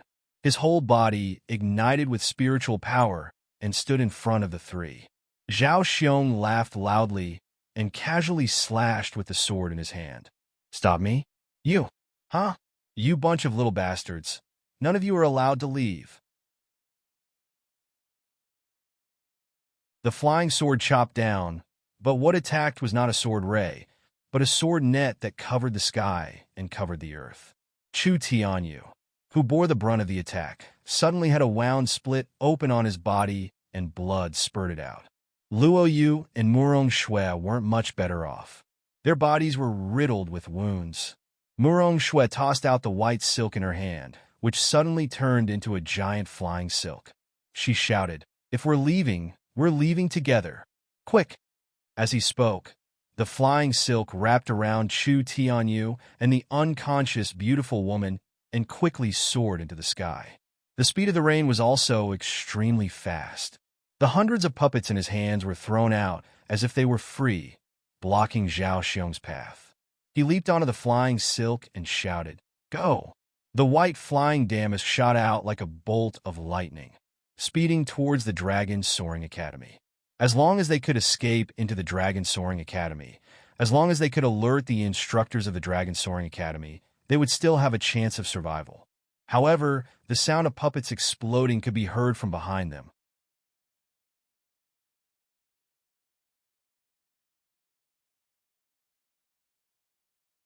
Chapter 21-25. Luo Yu's face turned even paler, her body on the verge of collapse. Zhao Xiong's figure and sword light caught up to them at lightning speed. The sword slashed down from the sky like a raging wave and a hurricane. The three of them revealed expressions of irresistible fear. Was this the strength of an astral projection cultivator? That was a true suppression of a higher level. There was no way to resist at all. Bang! Flying damask and the four others were sent flying by the powerful sword light and smashed to the ground. Chu Tianyu had already lost a lot of vitality and was like an arrow at the end of its flight. Now he was riddled with holes, as if he would die at any moment. But the moment he landed, he activated his domain and burned his spiritual energy without hesitation. He soared into the sky and flew towards Zhao Xiong. Murong Shui didn't hesitate to take out her cloud frost damask again. The damask danced like the wind, surging with spiritual energy and creating layers of illusions. Unfortunately, the illusion of a golden core stage cultivator was of no use to Zhao Xiong. This eruption of Chu Tianyu's deathbed struggle made Zhao Xiong not take it seriously at all. He sneered, his sword suddenly flying out of his hand. Two bolts of lightning struck Chu Tianyu and Murong Shui. The two groaned in pain and fell from the sky. The spiritual energy and domain around them almost dissipated. However, Zhao Xiong's lightning fists did not stop. Punch after punch bombarded Xiao Chun. He still held back against Chu Tianyu because he had to hand him over to Chu Xinyan. But against Murong Shui, he was filled with murderous intent. He hadn't done well today. If word got out that he had captured Chu Tianyu, he wouldn't be able to bear the consequences. So he had to kill Murong Shui and Luo Yu, especially since Murong Shui was from the Murong family. If she didn't die, the Murong family wouldn't let this go. Zhao Xiong's eyes flashed fiercely. He suddenly gave up on attacking Chu Tianyu and summoned back his flying sword, stabbing it towards Murong Shui's heart. Chu Tianyu's expression changed when he saw this. He was scared out of his wits. Ah Shui, no! His heart was filled with endless regret and despair. He had let down the Kirin team, and now he was going to kill his teammate. What did he, Chu Tianyu, count as? What was the point of his life? When Zhao Xiong heard Chu Tianyu's shrill howl, he revealed a sinister and proud smile. The sword in his hand exploded with an even more intense, killing intent. However, in the next moment, a ray of white light suddenly shot into the sky. Roar! The earth-shattering roar of the beast was like rolling thunder, shaking people's souls. Then, a huge white beast shadow slowly unfolded and enveloped Zhao Xiong. Zhao Xiong raised his head, his whole body stiff, his face lifeless as he looked at the huge white beast shadow. The red horn on the beast's head was bright and glistening, as dazzling as blood. Zhao Xiong opened his mouth. After a long while, a hoarse and trembling voice came out. Witzard, mythological beast Witzard. His gaze suddenly landed on the young man below the divine beast. Who exactly are you? What does it have to do with the Lan Imperial family? No, that's not right. It wasn't like he hadn't seen the divine beast bays summoned by the Lan Imperial clan before. However, the divine beast's aura and might weren't even a tenth of this by Zay's. Who was this young man? Not to mention Zhao Xiong. Even Chu Tianyu and Murong Shui ignored the pain all over their bodies and looked at Luo Yu in shock. Especially Murong Shui.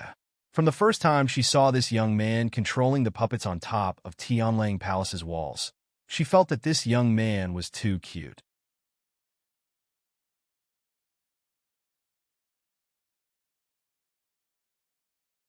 Chapter 21-26.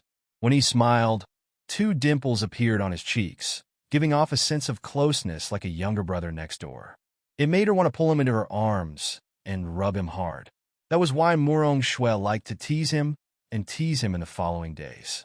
Seeing him jump up and down, mocking her indifferently made her heart itch even more.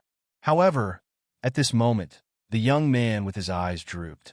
There was no change in his appearance, but the aura he exuded gave off a feeling of superiority, as if he could make heaven and earth bow down to him. "Speak!" Zhao Xiong roared. "I'm asking you, did you hear me? Who on earth are you? What does it have to do with the Lan royal family?" The next moment, the drooping youth slowly raised his head, and the mythological beast Bai Zai, whose eyes had been closed, also gradually opened them. Boom! Zhao Xiong didn't know whether he met the youth's eyes or Bai Zai's huge copper bell. However, he felt that his soul and internal organs had been hit hard. Bai Zai looked down at him coldly from above. It slowly raised its left foreleg and slapped towards him. Bai Zai's movements were very slow, as if it didn't care if it hit hard or not. But Zhao Xiong felt as if his body was locked in place, and he couldn't move at all. Boom! With a loud sound, Zhao Xiong was sent flying, all the bones in his body cracking. He screamed and fell heavily to the ground. He spat out a mouthful of blood and couldn't get up for a long time. Murong Shui licked her lips and looked at Luo Yu in a daze. So powerful. Zhao Xiong was an astral projection cultivator, yet he was sent flying by Zai summoned by Lan Luoyu. They had seen the Lan royal family summoned by Zai before, but it didn't have this kind of power. You and the Lan royal family. Before Murong Shui could finish, Luo Yu's body suddenly swayed and she fell down. Bai Zai, who was in the sky, let out a low roar and quickly returned to Luo Yu's body. Luo Yu, Murong Shui, and Chu Tianyu rushed over and helped her up, but they found that Luo Yu's eyes were tightly shut, her face pale, and even her lips pale. Her spiritual power was almost completely depleted. Murong Shui hurriedly took out a spirit-replenishing pill and was about to feed it. Suddenly, Chu Tianyu's expression changed greatly, and he swiftly withdrew the crimson flame sword. Immediately after, a large hole burst open in his chest. Blood and flesh splattered everywhere, and his entire body was sent flying. "Captain!" Murong Shui cried out in alarm. She slowly turned around and saw Zhao Xiong walking towards them, his face pale and covered in blood. He looked battered and exhausted, and his injuries were not light, but Zhao Xiong had an ecstatic smile on his face. His greedy and excited eyes stared at the unconscious Luo Yu. A young man who can summon the real divine beast by Zai. I'm rich. I'm rich. As long as I can bring you back, not only will I be punished, I'm afraid the Marquis will reward me greatly. Murong Shui hurriedly took out her Cloud Frost Damask and placed it in front of Luo Yu. However, as Zhao Xiong walked closer and closer, he could feel the oppressive might of a leaving Aperture Realm cultivator emanating from him. His body trembled uncontrollably, and despair surfaced in his eyes. Zhao Xiong had just been sent flying by the divine beast by Zai, and he had indeed suffered considerable injuries. But even an injured leaving Aperture Realm cultivator was not someone that two mere Golden Core cultivators could contend against. Not to mention that she and Chu Tianyu were also riddled with injuries and were like arrows at the end of their flight.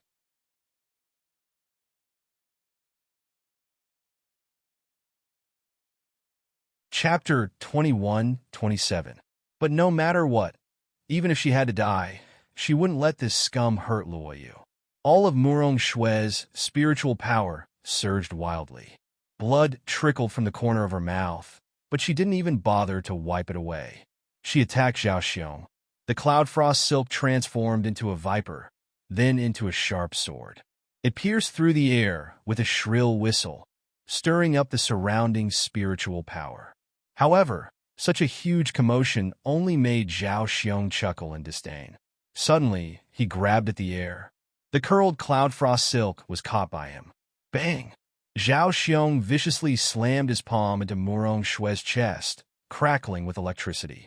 A ball of fire sprang up from Murong Shue's chest, accompanied by the sizzling sound of her flesh being roasted. Murong Shue cried out in pain and let go of the cloud frost silk. Zhao Xiong didn't even look at Murong Shue as he strode towards Luo Yu. His blood was boiling, and his heart was filled with excitement and greed. But when he thought of Bai Zai's power, he couldn't help but feel apprehensive.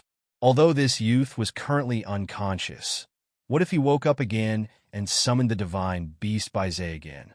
At that time, would he be able to block the divine beast's second attack? At this thought, Zhao Xiong felt all of his bones and organs ache. His eyes slowly glowed with a savage light. To summon Bai Zai, I only need to activate the Orb of Souls. There's no need to let this brat live unscathed. Cut off his arms and legs, shatter his dantian, save a bit of spiritual power to activate the orb, then bring him back. Zhao Xiong sneered and slowly raised his sword, swinging it down at the youth on the ground. The sword whistled towards Lu Yu's hands. Clang! The sword didn't manage to cut off Lu Yu's hands. Chu Tianyu blocked it halfway. But Chu Tianyu's spiritual power was depleted, and his life force was exhausted. How could he be a match for Zhao Xiong? Zhao Xiong smashed him into the ground with a single palm, blood gushing out. He sneered and glanced at Chu Tianyu condescendingly. Don't be in such a hurry, Crown Prince and eldest Miss Murong. It'll be your turn soon. Oh, and the unconscious Chu Tianyu's mother. Zhao Xiong licked his lips hungrily.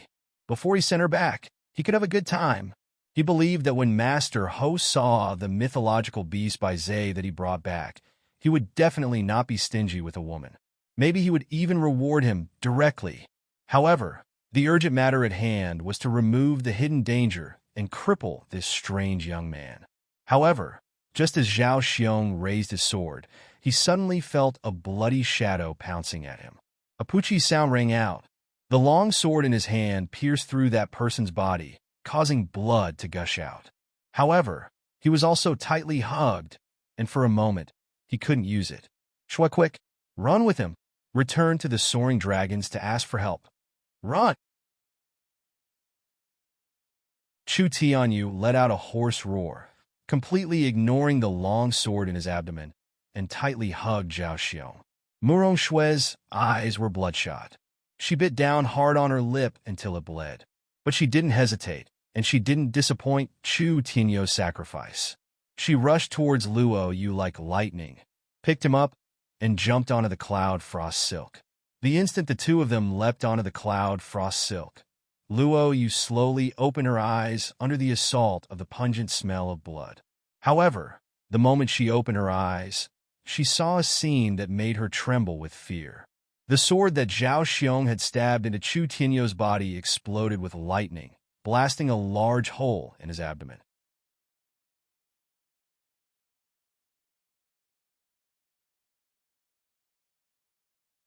Chapter 21-28. Zhao Xiong sent him flying with a kick and laughed coldly. A mere golden core cultivator wants to self-destruct and injure me? You're overestimating yourself. A genius from Dragon Ascension? The leader of Team Qilin? A genius from the younger generation? Haha. Now that your Dantian has been destroyed, you're useless from now on. With that, he didn't look at Chu Tianyu again. His eyes shone as he pounced on Luo Yu. Kid, your divine beast Bai Zai, your soul bead, they're all mine. Luo Yu had yet to recover from the shock of seeing a hole in Chu Tianyu's body. Intense malice and murderous intent assaulted his senses. Before he could react, Murong Shue suddenly turned around and shielded him in her arms. She used her back to withstand Zhao Xiong's lightning-infused punch. Puff! Blood sprayed onto Luo Yu's neck. His eyes widened abruptly, and his heart trembled. In a trance, a similar scene flashed before his eyes. Despair, mournfulness, madness, and blood, but he was powerless. He was too weak to do anything. Why? Luo Yu's voice was hoarse and broken. Why? Murong Shui raised her blood-stained, pale face and smiled wickedly. If I hadn't left you here, you wouldn't be in such danger. What I, Murong Shui, hate the most in my life is owing others, especially owing the little handsome boy I like. Murong Shui let out a blood-curdling scream as she vomited another mouthful of blood.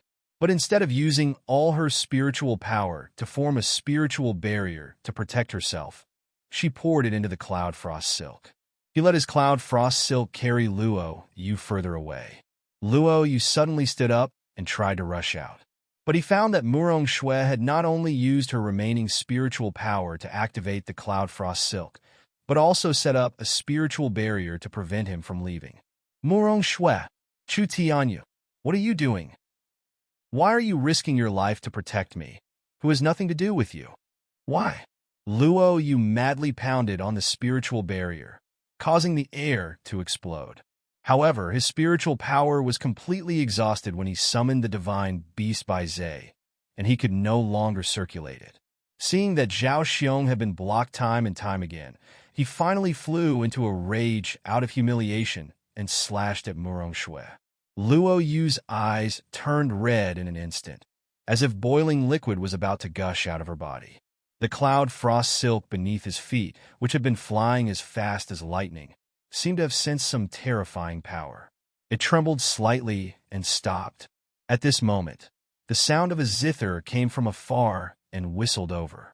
There was clearly no one, no shadow, no magic treasure. However, there were tens of millions of sword chis in the air, carrying leaves and flying flowers as they pounced toward Zhao Xiong.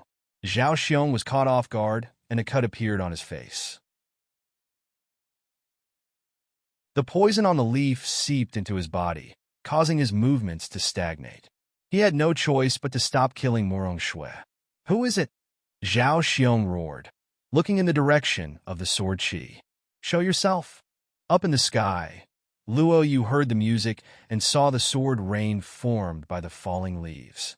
It was as if a bucket of ice water had been poured over him, but his eyes immediately became wet.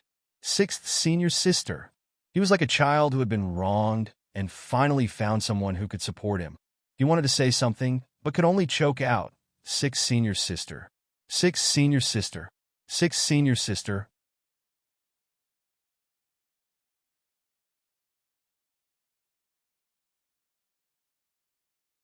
Chapter 21-29. Chu Tianyu jerks his head up, looking in the direction of the zither. The vitality in his body is clearly being hollowed out bit by bit, but he's like an idiot unable to shift his gaze away. Swish! The sword light streaks across the sky like a meteor. In the next moment, it's already flying in front of Luo Yu. On the long sword, there's a young girl in snow-white clothes. She has a devastatingly beautiful appearance, but is as cold as frost. Beside her, there's also a flying sword, and standing on it is an incomparably adorable little boy with a cold face. As soon as Mayan sees Luo Yu covered in blood, her complexion is deathly pale, and she's on the verge of collapse. A cold glint flashes through her eyes. Xiao Bao clenches his small fists, gritting his teeth. Uncle Xiao Qi, who hurt you? Xiao Bao will avenge you. Mayan waves her hand, and the spiritual power barrier on the cloudy frost silk disappears. Luo Yu suddenly falls forward, and she catches her. Sixth sister, hurry. Hurry and save Murong Shui and Chu Tianyu. Ignoring her own injuries, Luo Yu anxiously says, They did it to protect me. Mayan nods, no longer hesitating, and stoops down. She can't help but be startled by the two's injuries. Murong Shui is all right. Only her internal organs have been struck and burned by the lightning. Although the injuries aren't light, they can still be healed after resting in bed for a few months. But Chu Tianyu, there's a huge bloody hole in his abdomen, revealing itself before Mayan's eyes. Charred flesh and internal organs can be seen from the bloody hole. Most importantly, more than half of his dantian has been destroyed. Chu Tianyu. Even if he's lucky enough to survive, he might not be able to restore his original cultivation and talent. She remembers what Xiao Qi said, that Chu Tianyu and Murong Shui fell to this state in order to protect him. Mayan's throat seems to be blocked by something. But before she could speak, she hears Chu Tianyu's hoarse voice, Yi. Jun Mayan, I'm sorry. His body turns cold inch by inch, and his vision gradually blurs. But the words he wants to say are getting clearer and clearer. So clear that it's as if this bit of guilt, this obsession, is engraved in the depths of his soul, making him want to say it even in death. Threatening you, impersonating you, involving your junior brother. Jun Mayan, I have too many apologies. Take Liu and leave. Go. You still have a chance to escape. Don't be implicated by me again. I only have one thing to ask of you. Save my mother. She is my only concern in this world. Muyan takes a deep breath and slowly says, Chu Tianyu, do you think that the debt you owe me is so easy to pay off? The ones in the Tianguang ruins and the chaotic tower were still far from enough. Don't you think you can count on me to save your mother? Chu Tianyu's originally unfocused eyes dimmed, as if they had lost all their radiance. However, Mine's next words caused him to be stunned. Seeing that you protected little Seven, there's no harm in me saving your life. But in this way, you owe me even more. Mu Yen sneered, converting it should be at least 10 million high-grade spar. Next, you better think about how you're going to pay me back. Chu Tianyu opens his mouth, but Mu Yen doesn't wait for him to speak, stuffing an elixir into his mouth. Soon after, the sound of the zither suddenly resounds. Chu Tianyu only feels that his originally ice-cold body is suddenly soaked in warm spring water. Blurred for a long time, a beautiful dream that he never dared to hope for wraps around his soul little by little, making him intoxicated.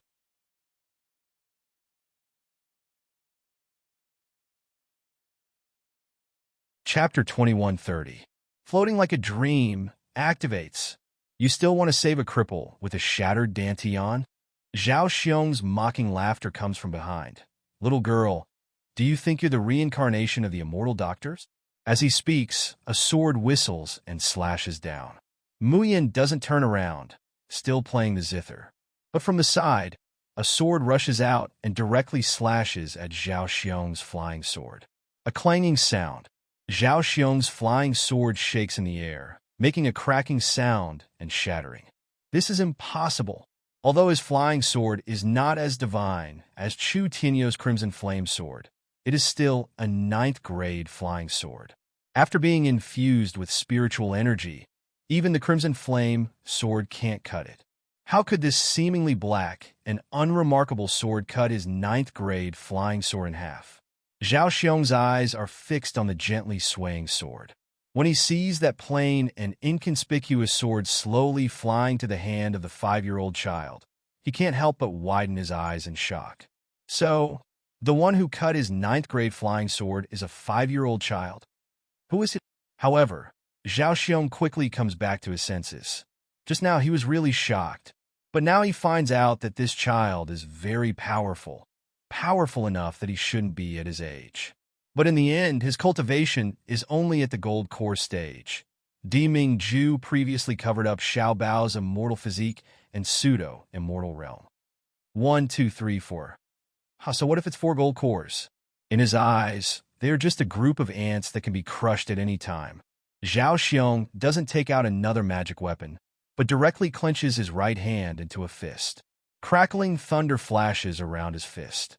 His figure suddenly disappears, and when he reappears, he's already in front of Xiao Bao. Xiao Bao's blue eyes suddenly widen. At this moment, he also feels the power and terror of an out-of-body stage cultivator. That speed, that rolling spiritual energy, makes him feel like he can topple the mountains and overturn the seas, and is unstoppable. Little master, retreat! Bai Xie's voice comes to his ears.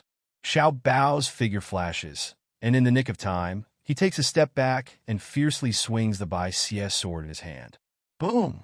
There was a violent impact, and Xiao Bao was sent flying several meters away by the shockwave before he managed to stabilize himself. The evil warding sword in his hand glowed with a dark red light. This was the energy that Bai Xie had taken on the young mistress's attack that was beyond its limit. Zhao Xiong did not retreat. Instead, he looked at the sword in Xiao Bao's hand in shock. How could this be? Isn't this the Bixia sword that the Marquis has nurtured for hundreds of years? Why is it in your hands? If one were to say that Zhao Xiong was greedy when he saw Bai Zhe in the rain, then when he saw the Bixia sword, he was so excited that his breathing became erratic. Evil warding sword. That was the evil warding sword that Master Ho had been looking forward to for hundreds of years. Master Ho flew into a rage when he heard that the Bixia sword was taken away and that Diu Dao was killed. Unexpectedly, the evil warding sword was in the hands of a 5-year-old child. Furthermore, it was clear that it no longer had any demonic aura and could be controlled. Zhao Xiong was so excited that his whole body was trembling. Without thinking, he reached out to grab Xiao Bao. He was going to bring this strange kid and the evil warding sword back to Master Ho. Ding dong! The light sound of the zither, like a shooting star, instantly forced Zhao Xiong to retreat. Mu Yin, who had finished playing, slowly stood up and stood in front of Xiao Bao. She said in a low voice, "Xiao Qi, bring them back to the Soaring Dragon sect to ask for help. Things may become more troublesome."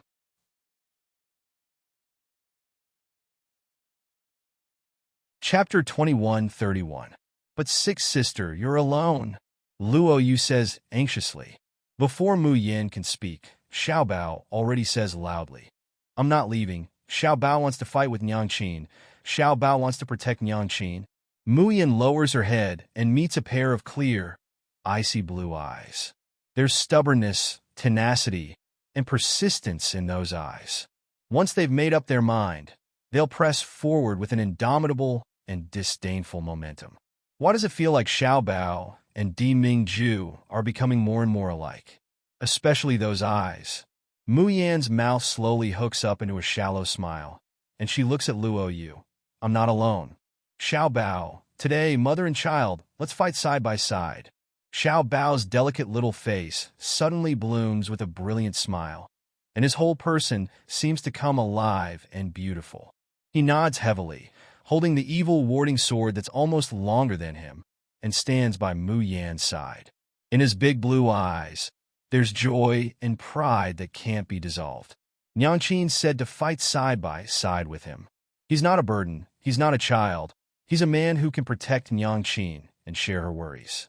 Luo Yu glances at the two, clenches his teeth, and picks up the unconscious Chu Tianyu and Murong Shui, one in each hand. He also takes the unconscious middle-aged woman and leaves like lightning. Sixth Sister is right. It's useless for him to stay here, and things may become more troublesome. Zhao Xiong's helpers may come soon. Right now, they're too weak. Even if the Xiao Yao 7 join forces, they'll be completely annihilated if they encounter two leaving Aperture cultivators. The only thing he can do now is to ask for help from Long Ting's mentor. Even so, Luo Yu can't help but clench his hands and bite his lips. He's still too weak. Too weak. He had to become stronger. He had to become stronger. Only then would he be able to do so. When Luo Yu leaves with Chu Tianyu and Murong Shui, Zhao Xiong hasn't come back to his senses. His eyes are glued to the girl under the moonlight, simply mesmerized. Beautiful, she's too beautiful. Chu Tianyu's mother is already a stunner. She makes his heart burn, and he thinks for a long time. Compared to the girl in front of him, the so-called Marquis's wife can only be considered mediocre. The bright moonlight fell on the girl's porcelain-like skin and her long black hair that was like a waterfall. Her clean facial features looked mysterious and seductive in the hazy light. Gulp! Zhao Xiong swallowed a mouthful of saliva, his eyes drifting. This place was covered with the sky and the earth, and the time was just right. If he could play with this stunning beauty here, how wonderful would that be? Zhao Xiong's saliva almost dripped out of his mouth. His entire body was boiling hot, and he couldn't wait. However, at this moment, a fluctuation of spiritual energy accompanied by the whistling sound of the cloud frost silk traveled over. Zhao Xiong came back to his senses and realized that Luo Yu had actually brought Chu Tianyu and the others away. His brows furrowed. If he really let these people escape, he would definitely have to bear the consequences. However, when he saw Mu Yin and Xiao Bao blocking his way, Zhao Xiong was not anxious at all. Instead, he let out a sneer. "Little beauty, do you know how far it is from here to Soaring Dragon? They definitely won't be able to arrive within a quarter of an hour." He said leisurely and contentedly, "I'll only need less than half a cup of tea's time to finish you all, and it won't take more than a few breaths to catch up to them. When that time comes, they won't be able to escape from the palm of my hand." An astral body cultivator no longer needed to fly on a sword. Chapter 2132. His divine sense could shrink several miles into the ground. Although it consumes a lot of spiritual power, its speed is several times faster than a flying magic weapon. Therefore, Zhao Xiong really isn't worried. The girl blocking him is only at gold core stage, and even at the first rank.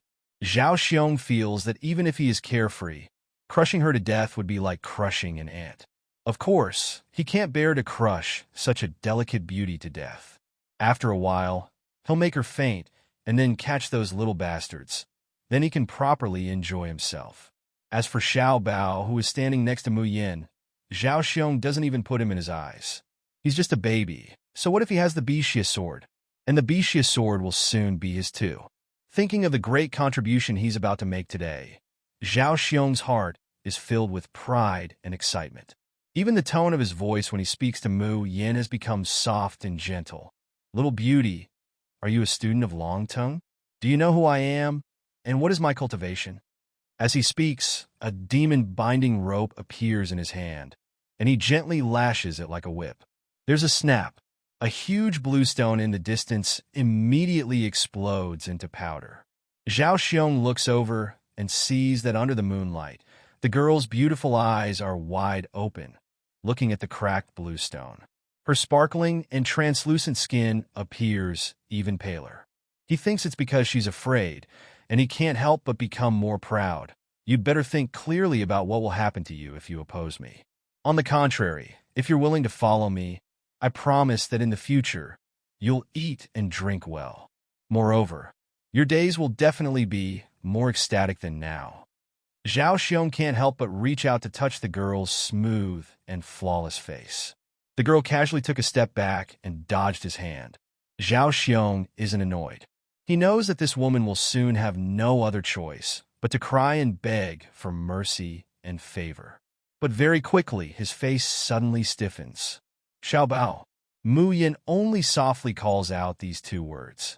Xiao Bao immediately raises the Bixia sword in his hand and swings it at a boulder that's even bigger than the one that just cracked. Boom! The blue stone instantly explodes, smoke and dust swirls, and the air waves are monstrous. Mine looks at Zhao Xiong with a smile that isn't a smile. "Take a guess. What is my son's identity, and what is his cultivation?" Zhao Xiong looked at the 5 or 6-year-old child, who looked at him with a mocking gaze. His face turned green and white. Just a moment ago, he was still very proud of his deterrence. In the blink of an eye, a little child was gone. His face was slapped so hard that it sounded like a slap. Damn it! 2 Golden Core Realm small fries, a silly little girl, and a little beast actually dared to mock him, a dignified leaving Aperture Realm cultivator.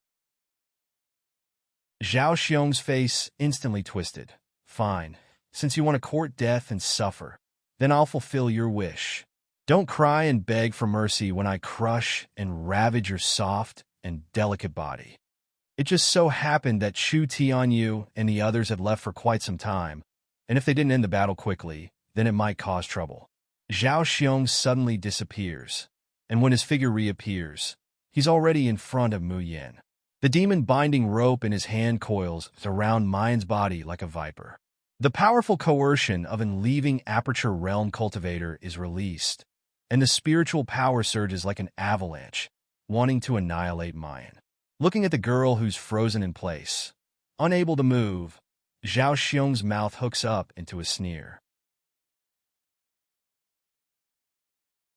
Chapter 21:33. The demon binding rope spins around and hangs down to the ground. It's empty inside, nothing is tied up.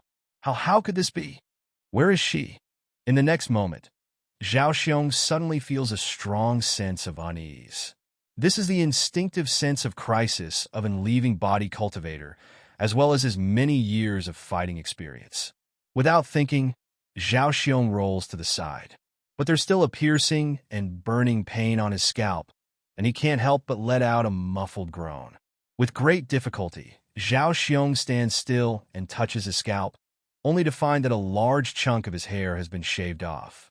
Blood rolls down his cheeks. In front of him, the girl with picturesque features hooks up her captivating red lips and lets out a regretful sigh. He actually dodged it. What a pity.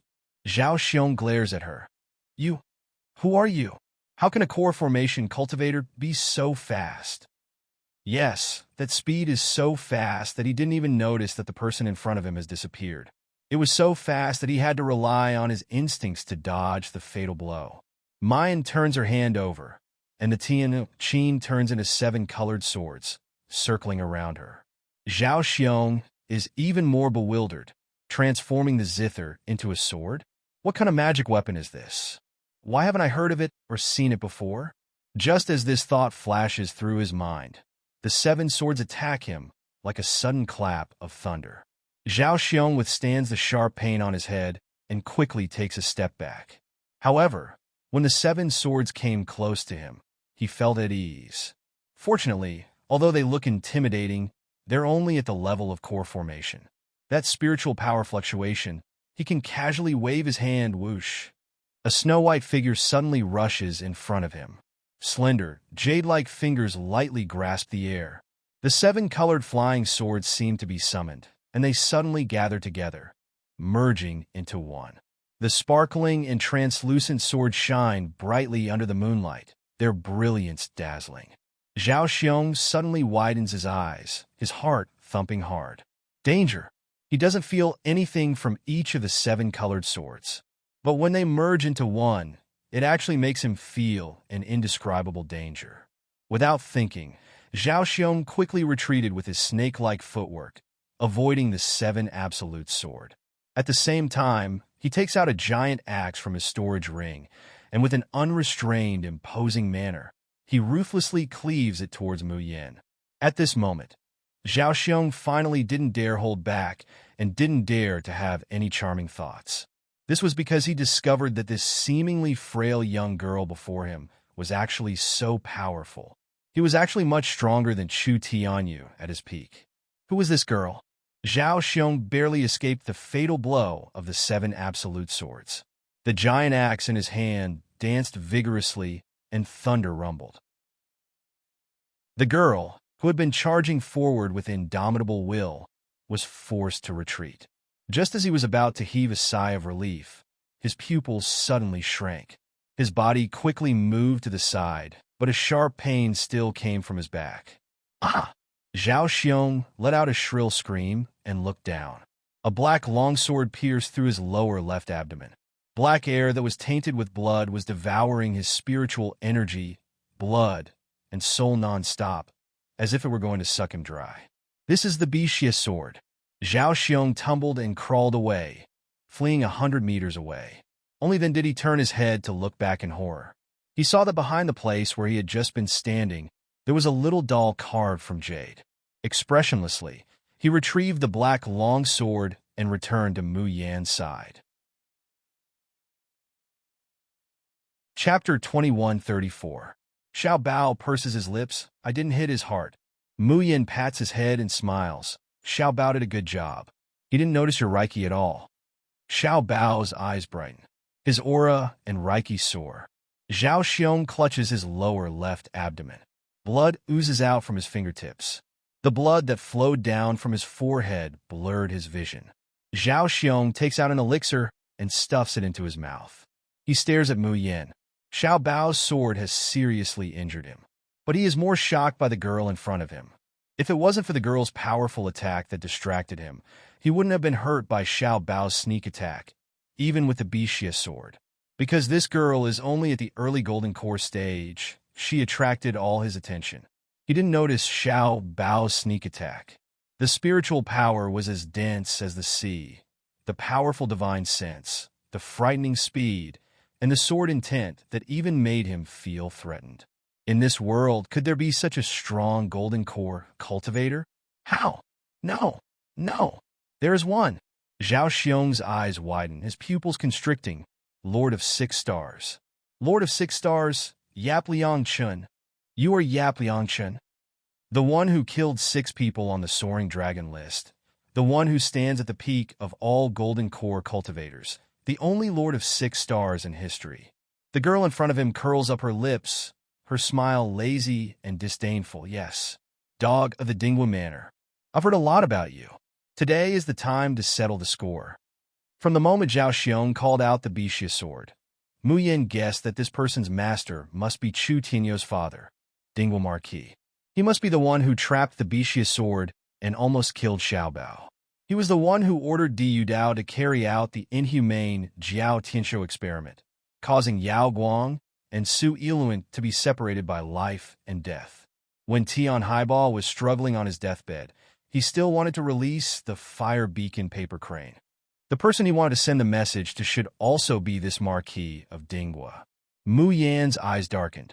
The grudges between him and this Dingwa Marquis were truly numerous. There was no rush. There would come a day when everything would be accounted for, one by one. Zhao Xiong stared at her in disbelief. So you were the one who destroyed Jiao Tianshou's experiment and caused the Bixia sword to be lost. How dare you? Do you know what happens to those who go against Marquis? Mu Yan raises her eyebrows and is about to speak. Xiao Bao spoke in his crisp, childish voice, enunciating each word in a sonorous voice. Do you know who my daddy is? Offending my mother is the same as offending my father. Do you know the consequences of offending my father? Mu Yan. Baby, why didn't I know that you admired your father so much? Usually, when they met, he would be at loggerheads with him, but now he was even more nimble than him in using the tiger's skin. Mu Yan held the 7 Absolutes sword in her hand horizontally. Under Zhao Xiong's bewildered gaze, she sneered, so much nonsense. Are you going to fight or not? If Vice Dean Kong comes in a while, you won't even have the chance to escape. Zhao Xiong stared blankly at first, then he showed an incredulous expression. Shouldn't she be stalling for time, even selling her body until Chu Tianyo's request for help was successful? Chapter 2135. But in reality, in fact, not only does she not have the slightest thought of delaying time, but she also reminds herself. Does she really think that with 2 gold core stage cultivators, a little girl and a baby, they can defeat me, a strong leaving body stage cultivator? Zhao Xiong is so shocked by his own guess that he can't recover. Then there's the anger of being completely despised. 2 trifling gold core stage cultivators dare to be so arrogant in front of me. Good, good. Since you want to court death, I'll help you. Zhao Xiong slowly pulls out a second sword. This sword is completely black with a faint reddish-brown color. It seems to be inferior to his first sword, probably only at the 7th or 8th stage. But inexplicably, Mayan feels a dangerous aura. Xiuxin Continent, Lingxi Valley. This place was originally a paradise with verdant hills and clear waters, birds singing and flowers fragrant. But at this moment, it's filled with a rotten stench. At the entrance of a narrow valley, a tall earthen wall rises from the ground, densely engraved with runes. The sky is covered with a huge golden net, which is also covered with runes. Behind the earthen wall, there are so many praying ghosts that it makes one's scalp numb. Moreover, they're still pouring out of the barrier. These praying ghosts keep hitting the earthen wall, rising to the sky, wanting to rush out of the golden net. But they're always blocked by the earthen wall and golden net. But every time the praying ghosts hit, the golden net and earthen wall flickers, the runes fading a little. Bang! Dozens of praying ghosts roar, rushing to the sky, hitting the golden net, and are fiercely bounced back. On the other side of the earthen wall, several people suddenly spit out blood, their faces pale, on the verge of collapse. At the same time, the runes on the golden net have also faded a lot. No, the golden light array will not be able to stop them soon. Everyone's faces are ashen. It's over. Everything is over. The barrier has not been repaired, and the praying ghosts are still pouring out. At this time, the entire back mountain of Lingsea Valley has been completely occupied by the praying ghosts. The only thing they can defend is this narrow valley. Once this valley was breached, then all the people in Spirit Rhino Valley, including all the living beings in the cities adjacent to Spirit Rhino Valley, would become food for the praying ghosts. Moreover, this disaster would soon spread to the entire Xioshin continent. More and more ghouls gathered in the valley, and there was no time to repair the runes on the earth wall and the golden net. Everyone's heart was filled with despair. At this moment, someone suddenly pointed to the north and shouted, "Look, who's that?" In the sky, a tall figure suddenly appeared above everyone's head from 100 miles away and slowly descended. On the other side of the mud wall, the roars of the poltergeist shook the sky.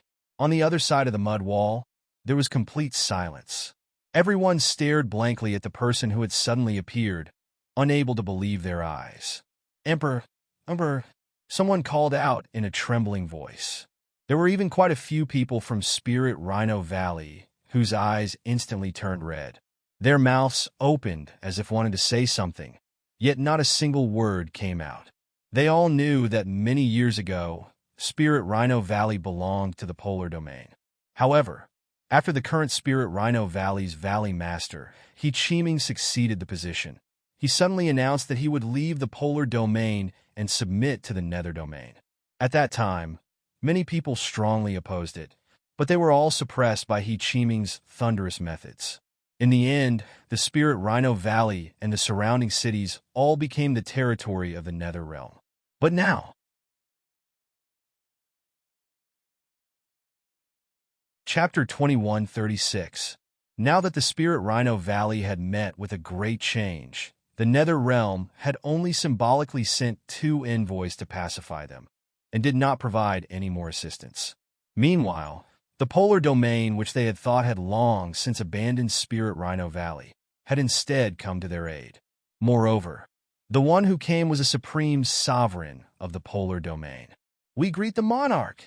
The people of the Spirit Rhino Valley knelt down one after another, many of them shedding tears, their faces filled with guilt. Only He Qiming's face alternated between green and white, and it was completely unsightly. Di Mingju doesn't even spare them a glance, raising his hand. The earthen wall and the golden net suddenly collapsed. Everyone was startled. If the golden light formation collapsed, wouldn't the poltergeist ghosts rush out? "Di Mingju, you didn't come to rescue us." He Qiming could be considered to have finally found an opportunity, as he roared out in a threatening manner. "You are here to add insult to injury, to consign my entire Spirit Rhino Valley to eternal damnation." Defeating armies turned around and looked at him coldly. Suddenly, he raised his hand and slapped him hard across the face. For He Qiming to be able to become the Valley Master of the Spirit Rhino Valley, his cultivation was naturally extremely high. Adding on the fact that all the benefits he had obtained from the Nether Domain over the years, he had practically used them all on himself. In terms of real cultivation, he was even slightly higher than defeating armies. But when defeating armies' ice-cold and inorganic eyes looked over, he felt as if he had been frozen in place. His entire body felt cold, and he couldn't even budge. Piak! He Qiming was slapped so hard that he flew up into the sky. Then, he landed heavily on the ground and fell flat on his face. However, at this moment, no one paid any attention to He Qiming, because the densely packed poltergeist ghosts, with a pungent stench, opened their bloody mouths and fangs like sacrificial bowls and crazily rushed out. Some of the more cowardly disciples of the Spirit Rhino Valley directly fell on their buttocks, their legs trembling as their faces were filled with despair. Di Mingju narrows his eyes. He suddenly raises his hand, and a weapon that looks like a knife, but isn't a knife, or a sword, but isn't a sword, appears in the hollow of his palm. Almost at the same instant the weapon appeared, the poltergeist ghosts that were swarming over suddenly stopped. It was clearly a creature without intelligence and five senses, but at this moment, it was faintly showing fear and hesitating to move forward. The blade in Di Ming Ju's hand gently swings forward. All the vengeful ghosts let out shrill screams of terror. Following that, rows of poltergeist ghosts melted like ice sculptures, turning into pools of blood one after another. The blood quickly seeped into the ground and disappeared. The second strike, the third strike, 6 strikes in a row, unstoppable and devastating. Everyone could only watch helplessly. They were powerless and afraid of the starved ghosts. Under Di Ming Ju's 6 effortless and relaxed sword strokes, they're like clay and paper, without the slightest bit of power to resist. Gulp, gulp. The sound of swallowing saliva could be heard one after another. Everyone's faces were filled with disbelief and shock, which then slowly turned into a crazed passion. Was this the strength of the polar domain, Sovereign Lord? Is this the strength of the strongest person in the Xioshin continent? Long live the Emperor! Long live the Emperor! Emperor, we are willing to follow you forever and believe in you. Please forgive us for betraying you in the past, and let us be your subjects forever. Everyone knelt on the ground, kowtowing over and over again as they shouted. Di Ming Ju didn't even glance at them and softly called out, "Defeating armies." Defeating armies understood and immediately took out an arrayed disc from his bosom. He leapt to the other side of the valley and threw it forward. Chapter 21:37. A barrier 100 times stronger than the golden array just now completely sealed off the other end of the valley. The people of Spirit Rhinoceros Valley gathered around Di Ming Ju, asking worriedly, "Monarch, what should we do? Should we completely abandon Spirit Rhinoceros Valley? Turn this place into a forbidden zone? Were the poltergeist ghosts that Di Ming Ju had just killed dead? Of course not. These poltergeist ghosts, unless they were all killed in one go, leaving not a single one alive outside the barrier. Otherwise, they would resurrect infinitely many times by the side of the barrier. And each resurrection of the poltergeist ghosts would be stronger than the last. The poltergeist ghosts within the barrier would continue to pour out. There was no end to killing, no end to exterminating. This was the truly terrifying aspect of the poltergeist ghosts. If there was really no other way, then the only way was to use a great array to completely seal off this area, slowly draining the spiritual energy and immortal energy within, turning it into a forbidden zone. But even so, the poltergeist ghosts would not die, only turning into blood that seeped into the ground. When spiritual energy flowed in, they would immediately resurrect. And at that time, the poltergeist ghosts that everyone would have to face would be several times, or even more than before. He Chiming suddenly said with some flattery and ill intent, "My Spirit Rhinoceros Valley's hundreds of years of business. How can we casually abandon it? Monarch is so powerful. One person and one sword can kill all the poltergeist ghosts. Don't you think so?" The moment he said this, not to mention those cultivators who came to help, even the disciples and elders of Spirit Rhinoceros Valley cast looks of disgust and shock. Elder Du of Spirit Rhinoceros Valley, who had the fiercest temper, said rudely, "He Chiming, if not for you and those bastards of the Nether Domain breaking the barrier, how could so many poltergeist ghosts come out? Right now, there are at least hundreds of thousands of poltergeist ghosts in the back mountain. You actually want Monarch to take the risk alone? What kind of heart do you have? If you are so capable, why don't you go in yourself and kill all the poltergeist ghosts?" He Chiming's face twisted, unable to say a word for a long time. Raising his head, he trembled all over as he met Monarch Ming Ju's icy blue eyes, unconsciously kneeling down. Monarch, I definitely do not have such intentions. I only admire Monarch's strength and omnipotence. Thank you, Monarch, for coming to the rescue of Spirit Rhino Valley today. This subordinate is willing to lead Spirit Rhino Valley back to the polar domain. As he spoke, he even raised his head and used his old face, which had been beaten up by defeating armies, to reveal a flattering smile. However, as soon as she raises her head, She meets Di Mingju's condescending eyes that seem to be able to see through everything. He couldn't help but shiver. That clever mouth of hers could no longer utter a single word. Valley Master he. Have you forgotten how you swore that you looked down on the polar domain and wanted to join the nether domain more than 10 years ago? Now that your new master has abandoned you, you want to return to the polar domain while wagging your tail? Do you think the polar domain is your home? You think you can come and go as you please? A loud voice came from behind them, and everyone turned to look. They saw that Di Mingju's trusted aides, Han Yi, Ying Mei, and Xing Lang, all walk forward and kneel down in front of Di Mingju. We pay our respects to monarchs. Just a moment ago, Di Mingju's expression didn't change when facing tens of thousands of poltergeist ghosts, and he was indifferent to He Qiming's disgust. The moment he sees Xing Lang, the pupils of his eyes suddenly contract. Xing Lang, why are you here? Xing Lang shrinks back a bit. He reveals a cautious and anxious expression. Jun Shang, this subordinate heard that you risked your life, your precious body. How could you set foot in such a dangerous place? It would be better to let this subordinate do this. You can go and accompany Miss June. Chapter 2138. Cultivation Continent, Dragon Ascension Academy's back mountain. The three figures suddenly met in the air and then separated after a fierce collision. In the entire valley, the grass and trees had already been chopped into pieces by the sword chi. There were even several large pits on the ground. Zhao Xiong landed on the ground and retreated a few steps in a sorry state. The blood in his body was tumbling violently. His lower abdomen and scalp, which had yet to fully recover, felt a tearing pain. He glared fiercely at the two people in front of him, his eyes full of surprise. Zhao Xiong had to wonder if he was facing a 20-year-old girl and a 5-year-old child. Were they really two Golden Core stage cultivators? He had already taken out his soul-stealing sword. Why couldn't he kill the two of them? 15 minutes had already passed, and Kong Yuanjiu would soon receive the news and rush over. If he still couldn't kill them, then what awaited him would be.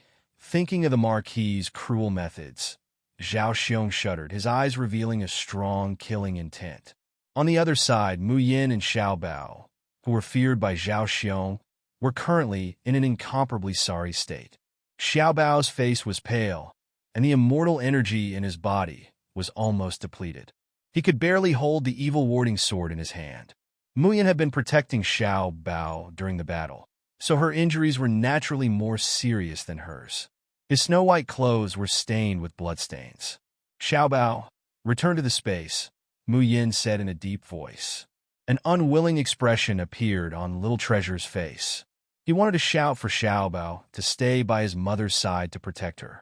But when he saw the bloodstains on Mu Yan's body, he swallowed the words that came out of his mouth.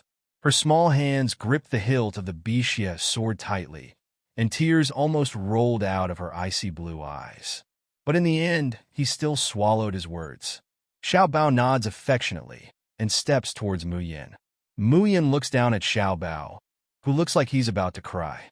She reaches out and gently rubs the top of his head. Xiao Bao, you did very well. Xiao Bao really did a good job. If it weren't for Xiao Bao and the evil warding sword, Zhao Xiong wouldn't have consumed so much spiritual energy. Furthermore, he wouldn't have been forced by Xiao Bao to return to help her several times when he was about to severely injure her. Mu Yin knows that as time goes on, Zhao Xiong might have to risk his life. She was going to fight with her life on the line. On the other hand, the only thing that could allow her to fight with her life on the line without any worries was to ensure little Bao's safety. Mother! Xiao Bao tugged at her finger. Even if he did his best to suppress it, tears still rolled down from his eyes. Why didn't father come to help us? Little fool. Mu Yin gently wipes away his tears. Daddy also has very important things to do. There are many, many people that need to be protected. We can miss Daddy, but we can't be a burden to Daddy, understand? Loving someone isn't about relying on him or giving in to him. Instead, it's about working hard to make yourself and the other person better. You are father and mother's favorite and proudest son. Xiao Bao listens in a daze, but when he hears Mu Yan's last sentence, he nods heavily. But when he thought of the bad people his mother had to face, he couldn't stop his tears from rolling down his cheeks. "Mother, don't get hurt. You can't leave me." Mayan hooks up the corners of her lips, revealing a disdainful smile. Of course, Mother is also Xiaobao's proudest mother. How could she be defeated? How could she leave her dearest baby and leave him all alone? Chapter 2139. Mayan's consciousness moves, and Xiaobao and the Bixia sword disappear. The seven absolutes sword in her hand flashes and turns back into the Tian Mo Qin. When Zhao Xiong saw Xiaobao disappear, he was shocked at first, and then he revealed a sinister smile. "So you still have a portable space on you. Do you think I can't do anything to that little bastard if you put him in the portable space? As long as I kill you, that little bastard will have nowhere to run." His slender fingers lightly pluck the Tian Mo Qin, and the spiritual power between heaven and earth seems to shake. "That will depend on whether you have the ability to kill me." Zhao Xiong laughed heartily. "You, that little bastard, and the Bixia sword were no match for me even if you joined hands. Now you're alone? Are you at my mercy? Yi Liangchun, I advise you to surrender yourself if you know what's good for you. That way, you will still be able to live. Otherwise..." Before he could finish his words, the Tian Qin explodes with the sound of a powerful army. Countless blades flew towards Zhao Xiong at lightning speed. Sound blade, 10,000 swords attack. Zhao Xiong looked at this rain of swords that filled the sky, but he snickered and did not take it seriously at all. With a light wave of the sword in his hand, he was about to disperse the sword rain. The melodious sound of the zither rang in his ears. Zhao Xiong did not take it to heart at all. Unexpectedly, the hand that was wielding the sword suddenly stopped. He was unable to move. What was going on? Prison drawing ground activated. There was a trace of surprise in Zhao Xiong's eyes. The spiritual power in his body surged, and he easily broke free from the shackles of drawing ground imprisonment. Disdain welled up in his heart, and he completely disregarded the tens of thousands of swords that attacked him from the sky. With a light wave, the hundreds of swords instantly disappeared as if they were vaporized. However, in the next moment, an invisible sword chi shot out from the place where the sword blade had disappeared. Zhao Xiong was caught off guard and had no time to dodge. He could only gather his spiritual energy and push. Bang! His one zhong strike landed on solid ground, breaking two of his opponent's ribs. But at the same time, from his lower abdomen, the wound that had just healed with medicine not long ago, came a heart-wrenching pain again. Zhao Xiong screamed and sent him flying with another palm strike. However, as soon as the opponent was sent flying, he immediately rushed back. At the same time, the melodious sound of the zither kept ringing in his ears. The sound of the zither was very melodious, but it made Zhao Xiong restless. And Mayan's fighting style makes Zhao Xiong tremble with fear. In that sneak attack just now, Mayan used the method of injuring the enemy by 1,000 and injuring herself by 800. Now, every single move was risking his life. It was true that Zhao Xiong injured her every time they fought, but the injuries on his body were also increasing. Especially the wound on his lower abdomen. The tear was even bigger. Almost touched his dantian. Lunatic. This woman was a lunatic. Which Golden Core stage cultivator wouldn't use dodging and delaying tactics against a leaving Aperture stage cultivator? Instead, he would fight with his life on the line. Was she really not afraid of death? Could it be that in order to protect that little bastard, in order to make Kong Yuanjiu rush over to kill him, she really didn't want her life anymore? Zhao Xiong's heart gave birth to an indescribable fear and withdrawal. Facing a Golden Core cultivator, he actually showed signs of retreating. His slight hesitation is immediately caught by Mu Yan. Boom! The starry domain, accompanied by the sudden high-pitched sound of the zither, instantly covers the entire valley. The seven absolute swords are wrapped in a stormy sea of murderous intent, madly rushing towards Zhao Xiong. Pucci! This is the sound of a sword piercing flesh. You're tuning in to the Romance Rendezvous YouTube channel. We're so grateful for your support, And don't forget to subscribe to join us on this incredible journey through captivating stories. Your generosity through donations truly makes a world of difference, as it's the primary source of revenue that allows me to expand and enhance this channel for you. Thank you from the bottom of my heart for being a part of this adventure.